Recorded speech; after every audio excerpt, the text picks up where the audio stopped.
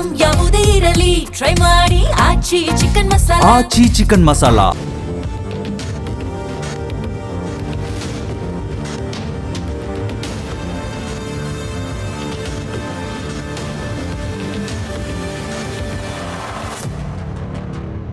ನಮಸ್ಕಾರ, ಮೆಗಾ ಸುದ್ದಿ ವಿಶೇಷ ಕಾರ್ಯಕ್ರಮಕ್ಕೆ ಸ್ವಾಗತ. ನಾನು ಪ್ರವೀಣ್ ಕುಂಬಾರ್. ಇವತ್ತಿನ ಮೆಗಾ ಸುದ್ದಿಯಲ್ಲಿ ರಾಜ್ಯದ ಶಿಕ್ಷಣಕ್ಕೆ ಸಂಬಂಧಪಟ್ಟಂತಹ ವಿಚಾರದ ಬಗ್ಗೆ ಚರ್ಚೆ ಮಾಡೋದಿದೆ. ಕಳೆದ ಒಂದೂವರೆ ವರ್ಷಗಳಿಂದ ಇಡೀ ಕರ್ನಾಟಕದಲ್ಲಿ ಒಂದು ಸುದ್ದಿ ವ್ಯಾಪಕವಾಗಿ ಚರ್ಚೆ ಆಗ್ತಾ ಇದೆ. ಅದು ಸರ್ಕಾರಿ ಶಾಲೆಗಳ ಮುಚ್ಚುವಿಕೆ ಮತ್ತು ಸರ್ಕಾರಿ ಶಾಲೆಗಳ ವಿಲೀನ ಪ್ರಕ್ರಿಯೆ ಬಗ್ಗೆ ಚರ್ಚೆ ಆಗ್ತಾ ಇರೋದು. ಈ ಹಿಂದೆ ಸಿದ್ದರಾಮಯ್ಯನವರ ಸರ್ಕಾರದಲ್ಲಿ ಪ್ರಾಥಮಿಕ ಮತ್ತು ಪ್ರೌಢ ಶಿಕ್ಷಣ ಇಲಾಖೆಯ ಸಚಿವರಾಗಿದ್ದ ಮಧು ಬಂಗಾರಪ್ಪನವರು LKG UKGಯಿಂದ ಹಿಡಿದು PUC ಶಿಕ್ಷಣದ ತನಕವೂ ಕೂಡ ಒಂದೇ ಸೂರಿನಡಿ ನಾವು ವಿದ್ಯಾರ್ಥಿಗಳಿಗೆ ಶಿಕ್ಷಣ ಕೊಡ್ತೀವಿ ಅಂತ KPS ಮಾದರಿ ಶಾಲೆಗಳನ್ನು ತರ್ತಾ ಇರೋದು. ಮ್ಯಾಗ್ನೆಟ್ ಶಾಲೆಗಳು ಅಂತಲೂ ಕೂಡ ಕರೀತಾರೆ. ಈ ಶಾಲೆಗಳಿಗೆ ವ್ಯಾಪಕವಾದಂತಹ ವಿರೋಧ ವ್ಯಕ್ತವಾಗ್ತಾ ಇದೆ ಗ್ರಾಮೀಣ ಮಟ್ಟದಲ್ಲಿ. ಆ ವಿರೋಧವನ್ನು ರಾಯಚೂರಿನಲ್ಲಿ ನೋಡಿದ್ವಿ, ಚನ್ನಪಟ್ಟಣದಲ್ಲಿ ವ್ಯಾಪಕವಾಗಿ ಕಂಡು ಬಂದಿದ್ದನ್ನು ನೋಡಿದ್ವಿ. ಅದರ ವ್ಯಾಪ್ತಿ ಇಡೀ ಕರ್ನಾಟಕಕ್ಕೂ ಕೂಡ ಸದ್ಯಕ್ಕೆ ಹಬ್ತಾ ಇದೆ.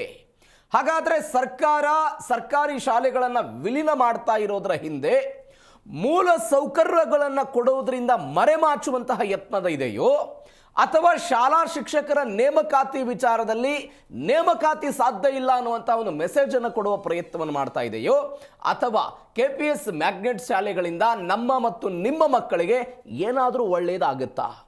ಕರ್ನಾಟಕದ ಈ ಪ್ರಯತ್ನವನ್ನು ದೇಶದ ಯಾವುದಾದ್ರೂ ರಾಜ್ಯಗಳಲ್ಲಿ ಮಾಡಲಾಗಿತ್ತಾ? ಅದರ ಫಲಿತಾಂಶ ಏನಾಗಿದೆ? ಇದೇ ಇವತ್ತಿನ ವಿಶೇಷ. ಶಾಲೆಗಳ ವಿಲೀನ, ಕರ್ನಾಟಕ ಪಬ್ಲಿಕ್ ಸ್ಕೂಲ್.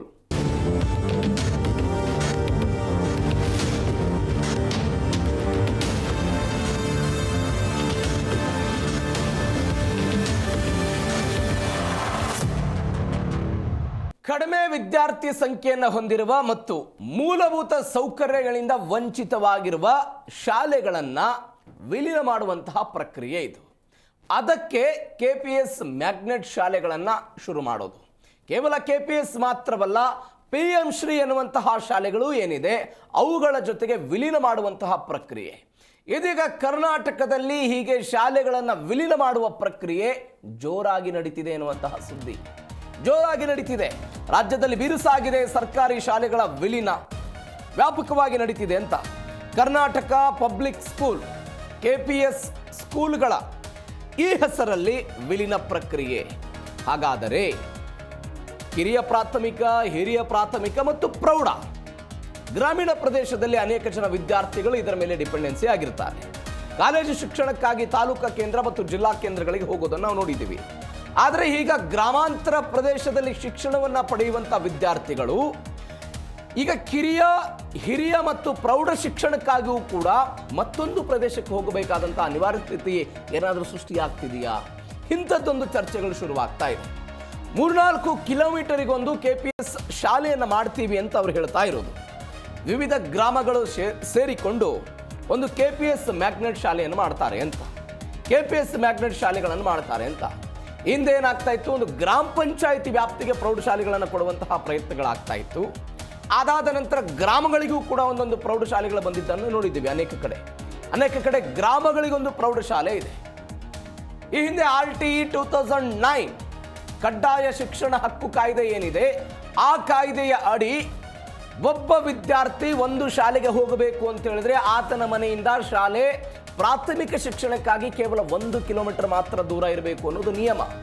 2009ರ ಕಡ್ಡಾಯ ಶಿಕ್ಷಣ ಕಾಯ್ದೆಯ ಪ್ರಕಾರ 1 ಕಿಲೋಮೀಟರ್ಗೆ ಮಾತ್ರ ಆ ವ್ಯಕ್ತಿ ಅಥವಾ ಆ ವಿದ್ಯಾರ್ಥಿ ಶಿಕ್ಷಣಕ್ಕಾಗಿ ಹೋಗಬೇಕು ಅಂತ. ಆದರೆ ಹೀಗೆ ವಿಲೀನ ಪ್ರಕ್ರಿಯೆ ಆದರೆ ನಮ್ಮ ಊರಿನ ಮಗು ಅಥವಾ ನನ್ನ ಮಗ ಅಥವಾ ಮಗಳು ಪ್ರಾಥಮಿಕ ಶಿಕ್ಷಣಕ್ಕಾಗಿಯೇ ಬೇರೊಂದು ಊರಿಗೆ ಹೋಗಬೇಕಾದಂತಹ ಪರಿಸ್ಥಿತಿ ಬರುತ್ತಾ ಅನ್ನುವಂಥದ್ದೊಂದು ಪ್ರಶ್ನೆ ಗ್ರಾಮಾಂತರ ಭಾಗದಲ್ಲಿ ಕಾಡ್ತಾ ಇದೆ. ಇದು ಒಂದು. ಎರಡನೇದ್ದು, ಮಲೆನಾಡು ಮತ್ತು ಗುಡ್ಡಗಾಡು ಪ್ರದೇಶದಲ್ಲಿ ಇದರ ಸಮಸ್ಯೆ ಮತ್ತಷ್ಟು ತೀವ್ರವಾಗುತ್ತೆ. ಹೀಗಾಗಿ ಯಾವುದೇ ಕಾರಣಕ್ಕೂ ವಿಲೀನ ಪ್ರಕ್ರಿಯೆ ಬೇಡ ಅಂತ ಈ ಮಲೆನಾಡು ಕರಾವಳಿ ಭಾಗದ ಶಾಸಕರುಗಳೇನಿದಾರಲ್ಲ ಅವರು ಮಾತ್ರ ಇದನ್ನು ವ್ಯಾಪಕವಾಗಿ ವಿರೋಧ ಮಾಡ್ತಾ ಇದ್ದಾರೆ. ಇದನ್ನು ಯಾವುದೇ ಕಾರಣಕ್ಕೂ ಸರ್ಕಾರ ಮಾಡಬಾರದು ಅಂತ. ಆದರೆ ಸರ್ಕಾರ ಹೇಳ್ತಾ ಇರೋದೇನು, ಸರ್ಕಾರ ಅನೇಕ ಶಾಲೆಗಳಲ್ಲಿ ಶಿಕ್ಷಕರ ಕೊರತೆ ಇದೆ, ಮೂಲ ಸೌಕರ್ಯಗಳ ಕೊರತೆ ಇದೆ, ಅನೇಕ ಶಾಲೆಗಳಲ್ಲಿ ವಿದ್ಯಾರ್ಥಿಗಳ ಸಂಖ್ಯೆನೇ ಕಡಿಮೆ ಇದೆ. ಇಡೀ ಶಾಲೆಗೆ 5 ಜನ ವಿದ್ಯಾರ್ಥಿಗಳು, 10 ಜನ ವಿದ್ಯಾರ್ಥಿಗಳು, 20 ಜನ ವಿದ್ಯಾರ್ಥಿಗಳು, ಕೇವಲ 50 ಜನ ವಿದ್ಯಾರ್ಥಿಗಳು ಇರುವಂತಹ ಸರ್ಕಾರಿ ಶಾಲೆಗಳು ಕೂಡ ಕರ್ನಾಟಕದಲ್ಲಿದೆ. ಇದರ ಪರಿಪ್ರಮಾಣವನ್ನು ನಾವು ಕರಾವಳಿ ಭಾಗಕ್ಕೆ, ಶಿರ್ಸಿ, ಸಿದ್ದಾಪುರ, ಉತ್ತರ ಕನ್ನಡ, ದಕ್ಷಿಣ ಕನ್ನಡ, ನೀವು ಮಲೆನಾಡು ಭಾಗ ಅಂದರೆ ಗುಡ್ಡಗಾಡು ಪ್ರದೇಶದಲ್ಲಿ ಹೋಗ್ತಾ ಇದ್ದಂಗೆ ವಿದ್ಯಾರ್ಥಿಗಳ ಸಂಖ್ಯೆ ಬಹಳ ಕಡಿಮೆ ಇರುತ್ತೆ. ಈ ಕಡಿಮೆ ಇರುವಂತಹ ವಿದ್ಯಾರ್ಥಿಗಳ ಸಂಖ್ಯೆಯ ಶಾಲೆಗಳನ್ನು ವಿಲೀನ ಮಾಡಿ ಅಲ್ಲಿ ಸಂಖ್ಯೆಯನ್ನು ಜಾಸ್ತಿ ಮಾಡಿ ಅಲ್ಲಿ ಶಿಕ್ಷಕರನ್ನು ಕೊಟ್ಟರೆ ವಿದ್ಯಾರ್ಥಿಗೆ ಸಿಗಬಹುದಾದಂತಹ ಪರಿಪೂರ್ಣ ಶಿಕ್ಷಣ ಸಿಗುತ್ತೆ ಅಂತ ಸರ್ಕಾರದ ವಾದ. ಇದರ ಜೊತೆಗೆ ಮತ್ತೊಂದು ವಿರೋಧ ಏನಿದೆ ಅಂತ ಹೇಳಿದರೆ, ಇದಕ್ಕೆ ನೀವು ಈಗ ಶಾಲೆಗಳನ್ನು ವಿಲೀನ ಮಾಡ್ತಾ ಹೋಗೋದಾದರೆ ಒಂದು ತರಗತಿಯ ವಿದ್ಯಾರ್ಥಿಗಳ ಸಂಖ್ಯೆ ಜಾಸ್ತಿ ಆಗ್ತಾ ಹೋಗುತ್ತೆ.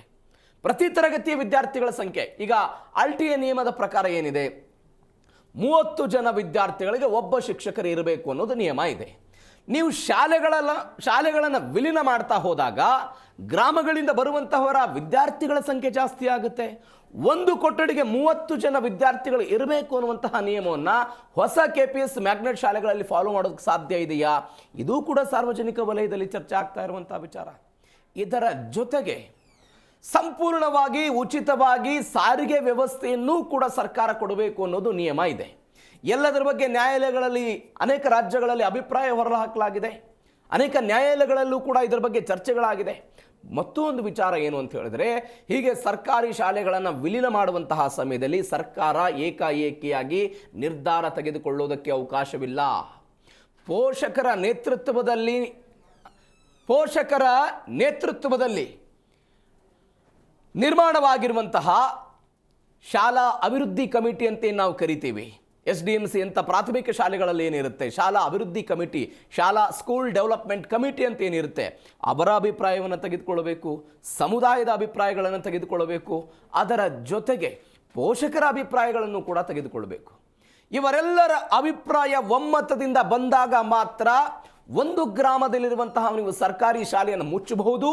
ಮುಚ್ಚಿದ ನಂತರ ನೀವು ಅದನ್ನು ವಿಲೀನ ಮಾಡಿಕೊಳ್ಳೋದಕ್ಕೂ ಕೂಡ ಅವಕಾಶ ಇದೆ. ಹಾಗಾದರೆ ಸರ್ಕಾರ ಏನು ಮಾಡುತ್ತೆ ಅನ್ನೋದು ಸದ್ಯಕ್ಕಿರುವಂಥ ಯಕ್ಷ ಪ್ರಶ್ನೆ. ಇದೇ ವಿಚಾರಕ್ಕೆ ಸಂಬಂಧಪಟ್ಟಂತೆ ಶಿಕ್ಷಣ ತಜ್ಞರಾಗಿರುವಂಥ ರಾಜಶೇಖರ್ ಅವರು ಮಾತನಾಡಿದ್ದಾರೆ. ಏನು ಹೇಳಿದ್ರು ಒಂದ್ಸರಿ ನೋಡೋಣ. ಮೊನ್ನೆ ಜೂನ್ 11ನೇ ತಾರೀಕು ಕರ್ನಾಟಕ ರಾಜ್ಯ ಸರ್ಕಾರ ಮತ್ತೆ ಶಿಕ್ಷಣ ಇಲಾಖೆ ಒಂದು ಅತ್ಯಂತ ಕರಾಳವಾದಂತಹ ಒಂದು ಆದೇಶನ ಹೊರಡಿಸಿದೆ. ಏನೇ ಆದೇಶ ಅಂತ ಹೇಳಿದ್ರೆ, ಇವತ್ತು ಕರ್ನಾಟಕದಲ್ಲಿ ಪ್ರತಿ ಶಾಲೆಗೆ ಒಂದು UDIS ಕೋಡ್ ಅಂತ ಇರ್ತದೆ. ಕಿರಿಯ ಪ್ರಾಥಮಿಕ ಶಾಲೆ, ಹಿರಿಯ ಪ್ರಾಥಮಿಕ ಶಾಲೆ, ಹೈಸ್ಕೂಲು ಮತ್ತೆ PU ಕಾಲೇಜ್ಗಳು. ಈಗ ಏನ್ ಹೇಳ್ತಿದ್ದಾರೆ ಅಂದ್ರೆ, ಇದಕ್ಕೆ ಬೇರೆ ಬೇರೆ ಕೋಡ್ಗಳು ಬೇಡ, ಒಂದೇ UDIS ಕೋಡ್ ಅನ್ನು ಮಾಡ್ತೀವಿ ಅಂತ ಹೇಳ್ತಿದ್ದಾರೆ. ಮತ್ತೆ ಇವ್ರಿಗೆಲ್ಲ ಬೇರೆ ಬೇರೆ ಬ್ಯಾಂಕ್ ಖಾತೆಗಳು ಬೇಡ, ಒಂದೇ ಬ್ಯಾಂಕ್ ಖಾತೆ ಮಾಡ್ತೀವಿ ಅಂತ ಹೇಳ್ತಿದ್ದಾರೆ. ಇದಕ್ಕೆ ಅವ್ರು ಕೊಡ್ತಾ ಇರೋ ಕಾರಣ ಏನು ಅಂತ ಹೇಳಿದ್ರೆ, ಇವತ್ತು ನಮಗೆ ಈ ಶಾಲೆಗಳು ಬೇರೆ ಬೇರೆ ಶಾಲೆಗಳಿಗೆ ಇರ್ತದೆ, ಆದರೆ ಕೋಡ್ ಮಾತ್ರ ಒಂದೇನೆ, ಬ್ಯಾಂಕ್ ಖಾತೆ ಮಾತ್ರ ಒಂದೇನೆ. ಇದರಿಂದ ನಮಗೆ ಬಹಳ ಸುಲಭವಾಗಿ ಅಡ್ಮಿನಿಸ್ಟ್ರೇಷನ್ ಸುಲಭ ಆಗತ್ತೆ. ಒಂದು, ಎರಡನೇದು ಮಕ್ಕಳ ಡ್ರಾಪ್ ಔಟ್ ಏನಿದೆ ಇದನ್ನು ತಡೆಗಟ್ಟಬಹುದು ನಾವು. ಅವ್ರು ಹೇಳ್ತಾರೋ ಒಂದು ಘೋಷವಾಕ್ಯನೇ ಉತ್ತಮ ಕಲಿಕೆ ಉಜ್ವಲ ಭವಿಷ್ಯ. ಅದೇ ಸ್ನೇಹಿತರೆ, ಇದೇ ಬಹಳ ಪ್ರಶ್ನಾರ್ಹ ಇದು. ಕೇಳಿಸ್ಕೊಳ್ತಾ ಇದ್ದೀರಿ. ಸರ್ಕಾರ ಹೊರಡಿಸಿರುವಂಥ ಆದೇಶದ ಬಗ್ಗೆ ಇದೀಗ ಕೆಲವೊಂದಿಷ್ಟು ಆಕ್ಷೇಪಗಳಿರುವಂಥದ್ದು. ಸರ್ಕಾರ ವಿಲೀನ ಮಾಡುತ್ತೆ, ತಂತ್ರಜ್ಞಾನ ಕೊಡ್ತೀವಿ, ಲ್ಯಾಬ್ಗಳನ್ನು ಸೃಷ್ಟಿ ಮಾಡ್ತೀವಿ, ವಿದ್ಯಾರ್ಥಿಗಳಿಗೆ ತಕ್ಕನಾದಂತಹ ಶಿಕ್ಷಕರನ್ನು ಕೊಡ್ತೀವಿ, ಅವರಿಗೆ ಪೂರಕವಾಗಿ ಪಠ್ಯ ಮತ್ತು ಪಠ್ಯೇತರ ಚಟುವಟಿಕೆಗಳು ಏನೆಲ್ಲ ಅಗತ್ಯತೆಗಳಿದೆಯೋ ಅದೆಲ್ಲವನ್ನು ಕೂಡ ಕೊಡುವ ಪ್ರಯತ್ನವನ್ನು ಮಾಡ್ತೀವಿ ಅಂತ ಸರ್ಕಾರ ಹೇಳ್ಕೊಳ್ತಾ ಇದೆ. ಆದರೆ ಇದು ವಾಸ್ತವದಲ್ಲಿ ಸಾಧ್ಯನಾ ಅನ್ನುವಂತಹ ಪ್ರಶ್ನೆಯನ್ನು ಸಾರ್ವಜನಿಕರು ಇಡ್ತಾ ಇದ್ದಾರೆ. ಯಾಕಂದರೆ ನಾವು ಅನೇಕ ಬಾರಿ ಚರ್ಚೆ ಮಾಡಿದ್ದೀವಿ. ಇಡೀ ರಾಜ್ಯದಾದ್ಯಂತ ಹೆಚ್ಚು ಕಡಿಮೆ 52,000 ಶಾಲಾ ಶಿಕ್ಷಕರ ಕೊರತೆ ಇದೆ. ಈ 52,000 ಶಾಲಾ ಶಿಕ್ಷಕರ ಪೈಕಿ ಕಲ್ಯಾಣ ಕರ್ನಾಟಕದಲ್ಲಿ ಅದರ ಪರಿಪ್ರಮಾಣ ಜಾಸ್ತಿ ಇದೆ. ವಿಷಯವಾರು ಒಬ್ಬ ಶಿಕ್ಷಕ ಗಣಿತ ವಿಷಯವನ್ನು ಅವರೇ ಹೇಳ್ತಾರೆ, ಪರಿಸರ ವಿಜ್ಞಾನವನ್ನು ಅವರೇ ಹೇಳ್ತಾರೆ, ಇಂಗ್ಲಿಷನ್ನು ಕೂಡ ಅವರೇ ಹೇಳುವಂತಹ ಪರಿಸ್ಥಿತಿ ಇದೆ. ಅಂದರೆ ಶಾಲಾ ಶಿಕ್ಷಕರ ನೇಮಕಾತಿ ಆಗಬೇಕು ಅಂತ ಪ್ರತಿಭಟನೆಗಳಾಗ್ತಾ ಇದೆ. ಇದನ್ನು ಸರಿದೂಗಿಸಬೇಕು ಅನ್ನೋ ಕಾರಣಕ್ಕಾಗಿ ಇಷ್ಟು ದಿನಗಳ ಕಾಲ ಸರ್ಕಾರ ಒಂದು ಕ್ರಮ ತೆಗೆದುಕೊಂಡಿತ್ತು. ಆ ಕ್ರಮ ಅತಿಥಿ ಶಿಕ್ಷಕರ ನೇಮಕ. ಅತಿಥಿ ಶಿಕ್ಷಕರ ನೇಮಕದ ಮುಖಾಂತರ ವಿದ್ಯಾರ್ಥಿಗಳಿಗೆ ಶಿಕ್ಷಣ ಕೊಡೋದು, ಪಾಠ ಪ್ರವಚನಗಳನ್ನು ಬೋಧನೆ ಮಾಡುವಂತಹ ಪ್ರಯತ್ನವನ್ನು ಮಾಡ್ತಾ ಇತ್ತು. ನೀವು ಗಮನಿಸಬೇಕಾದ ಸಂಗತಿ, SSLC ಪರೀಕ್ಷೆಯ ಸಮಯದಲ್ಲಿ ಹಿಂದಿ ವಿಚಾರದಲ್ಲಿ ಒಂದು ದ್ವಂದ್ವ ನೀತಿಯನ್ನು ಸರ್ಕಾರ ತೆಗೆದುಕೊಂಡಿತ್ತು. ವಿದ್ಯಾರ್ಥಿಗಳು ಏಕಾಏಕಿಯಾಗಿ ಅಕ್ಷರಶಃ ಬೆಚ್ಚಿ ಬಿದ್ದಿದ್ರು ಆ ನಿರ್ಣಯದಿಂದ. ಈಗಷ್ಟೇ ಶಾಲೆ ಶುರುವಾಗಿದೆ, ಒಂದು ವಾರ ಆಗ್ತಾ ಬಂತು ಶಾಲೆಗಳು ಶುರುವಾಗಿ. ಈ ಪ್ರಕ್ರಿಯೆ ಮತ್ತಷ್ಟು ಜೋರಾಗ್ತಾ ಹೋಗೋದಾದರೆ ವಿದ್ಯಾರ್ಥಿಗಳ ಪರಿಸ್ಥಿತಿ ಏನು ಅನ್ನೋದನ್ನು ಪೋಷಕರು ಕೇಳ್ತಾ ಇದ್ದಾರೆ. ನೀವು ಗ್ರಾಮೀಣ ಭಾಗದಲ್ಲಿ ನೋಡಿ, ಹಾಗೆ ಜಸ್ಟ್ ಇಮ್ಯಾಜಿನ್, ಅನೇಕ ಸರ್ಕಾರಿ ಶಾಲಾ ಕಟ್ಟಡಗಳಿಗೆ ಈ ಹಿಂದಿನ ಕಾಲದಲ್ಲಿ ಅಥವಾ 1980, 50 ಆ ಭಾಗದಲ್ಲಿ ಅನೇಕ ಜನ ಭೂಮಿಯನ್ನು ದಾನ ಮಾಡಿದ್ದಾರೆ. ಭೂಮಿಯನ್ನು ದಾನ ಮಾಡಿ ಮಾಡಿ ಮಾಡಿ ಸರ್ಕಾರಿ ಶಾಲೆಗಳ ಕಟ್ಟಡಗಳಿರೋದು. ಯಾವುದೇ ಸರ್ಕಾರ ಅಧಿಕೃತವಾಗಿ ಹಣವನ್ನು ಕೊಟ್ಟು ಸರ್ಕಾರಿ ಶಾಲೆಗೆ ಜಮೀನನ್ನು ತೆಗೆದುಕೊಂಡಿರುವಂಥ ಉದಾಹರಣೆಗಳು ಬಹುತೇಕ ಕಡಿಮೆ. ಅನೇಕ ಗ್ರಾಮೀಣ ಪ್ರದೇಶಗಳಲ್ಲಿ ದಾನದ ಮುಖಾಂತರವೇ ಸರ್ಕಾರಿ ಶಾಲೆಗಳಿಗೆ ಭೂಮಿ ಸಿಕ್ಕಿರೋದು. ಹೀಗೆ ವಿಲೀನ ಪ್ರಕ್ರಿಯೆ ಆದರೆ ಆ ಭೂಮಿ, ಆ ಕಟ್ಟಡದ ಕಥೆ ಏನು ಅಂತ ಜನ ಪ್ರಶ್ನೆ ಮಾಡ್ತಾ ಇದ್ದಾರೆ. ಮತ್ತೊಂದು ಕಡೆ ಡ್ರಾಪ್ ಔಟ್ ಆಗುವಂಥ ಪ್ರಮಾಣ ಜಾಸ್ತಿ ಆಗಬಹುದು ಅಂತ. ಈಗ ಅನೇಕ ಜನದ್ದೇನಿದೆ, ನಮ್ಮೂರಲ್ಲಿ ಶಾಲೆಗೆ ಹೋಗ್ತಾರೆ ಅಂತ ನಾವು ಕಳಿಸ್ತೀವಿ, ಪಕ್ಕದ ಊರಿಗೆ ಶಾಲೆಗೆ ಹೋಗ್ತಾರೆ ಅಂತ ನಾವು ಕಳಿಸಲ್ಲ ಅಂತ ಹೇಳ್ತಾರೆ. ಅಲ್ಲಿ ಡ್ರಾಪ್ ಔಟ್ ಆಗಬಹುದು ಅಂತ. ಹೆಣ್ಣು ಮಕ್ಕಳ ಶಿಕ್ಷಣದಲ್ಲೂ ಕೂಡ ಈ ಪರಿಪ್ರಮಾಣ ವ್ಯತ್ಯಾಸ ಆಗುತ್ತೆ ಅನ್ನುವಂತಹ ಆಕ್ಷೇಪಗಳು ಬರ್ತಾ ಇದೆ. ಈಗ ಅನೇಕ ಜನ SSLC ಒಂದೇ ಊರಿನಲ್ಲಿದೆ, 1 to 10th ಒಂದೇ ಊರಿನಲ್ಲಿದೆ ಅನ್ನೋ ಕಾರಣಕ್ಕಾಗಿ ತಂದೆ ತಾಯಿ ತಮ್ಮ ಮಗಳನ್ನು ಶಾಲೆ ಕಳಿಸ್ತಾರೆ. PUC ಹೋಗಬೇಕು, ತಾಲೂಕಾ ಕೇಂದ್ರಕ್ಕೆ ಹೋಗಬೇಕು, ಜಿಲ್ಲಾ ಕೇಂದ್ರಕ್ಕೆ ಹೋಗಬೇಕು ಅಂತ ಹೇಳಿದಾಗ ಏನು ಮಾಡ್ತಾರೆ ಅವರು? ಬೇಡ ಬೇಡ, ಬೇರೆ ಊರಿಗೆ ಕಳಿಸೋದಕ್ಕೆ ನಾವು ಸಾಧ್ಯ ಇಲ್ಲ ಅಂತ. ಇಲ್ಲಿ ಡ್ರಾಪ್ ಔಟ್ ಕೂಡ ಆಗಬಹುದು ಎನ್ನುವಂತಹ ಆತಂಕ ಇದೆ. ಹಾಗಾದರೆ ಸರ್ಕಾರದ ಸಮರ್ಥನೆ ಏನಿದಕ್ಕೆ? ಹಾಗಂತ ಈ ಯೋಜನೆ ಸಂಪೂರ್ಣವಾಗಿ ಅವೈಜ್ಞಾನಿಕ, ಕರ್ನಾಟಕ ಬಿಟ್ಟು ಬೇರೆ ಯಾವ ರಾಜ್ಯದಲ್ಲೂ ಕೂಡ ಇದು ಯಶಸ್ವಿಯಾಗಿಲ್ಲ ಅಂತ ಹೇಳ್ತಾ ಇಲ್ಲ. ರಾಜಸ್ಥಾನದಲ್ಲಿ ಯಶಸ್ವಿಯಾಗಿದೆ, ಜಾರ್ಖಂಡ್ನಲ್ಲಿ ಯಶಸ್ವಿಯಾಗಿದೆ, ಮಧ್ಯಪ್ರದೇಶದಲ್ಲಿ ಯಶಸ್ವಿಯಾಗಿದೆ. ಆದರೆ ನಿರ್ಣಯವನ್ನು ತೆಗೆದುಕೊಳ್ಳಬೇಕಾದಂತಹ ಸಮಯದಲ್ಲಿ ಇಲಾಖೆಗೆ ಸಂಬಂಧಪಟ್ಟಂತಹ ಸಚಿವರು, ಅದಾದ ನಂತರ ಸರ್ಕಾರ ತೆಗೆದುಕೊಳ್ಳಬೇಕಾದಂತಹ ನಿರ್ಧಾರಗಳ ಬಗ್ಗೆ ಭಾರಿ ಪ್ರಾಮುಖ್ಯತೆ ಇರುತ್ತೆ. ವಿಲೀನ ಮಾಡುವಂತಹ ಸಮಯದಲ್ಲಿ ಅದಕ್ಕೆ ಬೇಕಾದಂತಹ ವ್ಯವಸ್ಥೆಗಳನ್ನು ಮಾಡಿಕೊಂಡು ವಿಲೀನ ಮಾಡಿದರೆ ಮಾತ್ರ ಅದಕ್ಕೊಂದು ಅರ್ಥ ಸಿಗುತ್ತೆ, ನ್ಯಾಯ ಸಿಗುತ್ತೆ. ಇಲ್ಲದೆ ಹೋದರೆ ವಿದ್ಯಾರ್ಥಿಗಳಿಗೆ ಸಿಗಬೇಕಾದಂತಹ ಶಿಕ್ಷಣವನ್ನು ನಾವೇ ವಂಚಿತ ಮಾಡಿದಂಗೆ ಆಗುತ್ತೆ ಅನ್ನುವಂಥದ್ದು ಸದ್ಯಕ್ಕೆ ಆಗ್ತಾ ಇರುವಂಥ ಚರ್ಚೆ.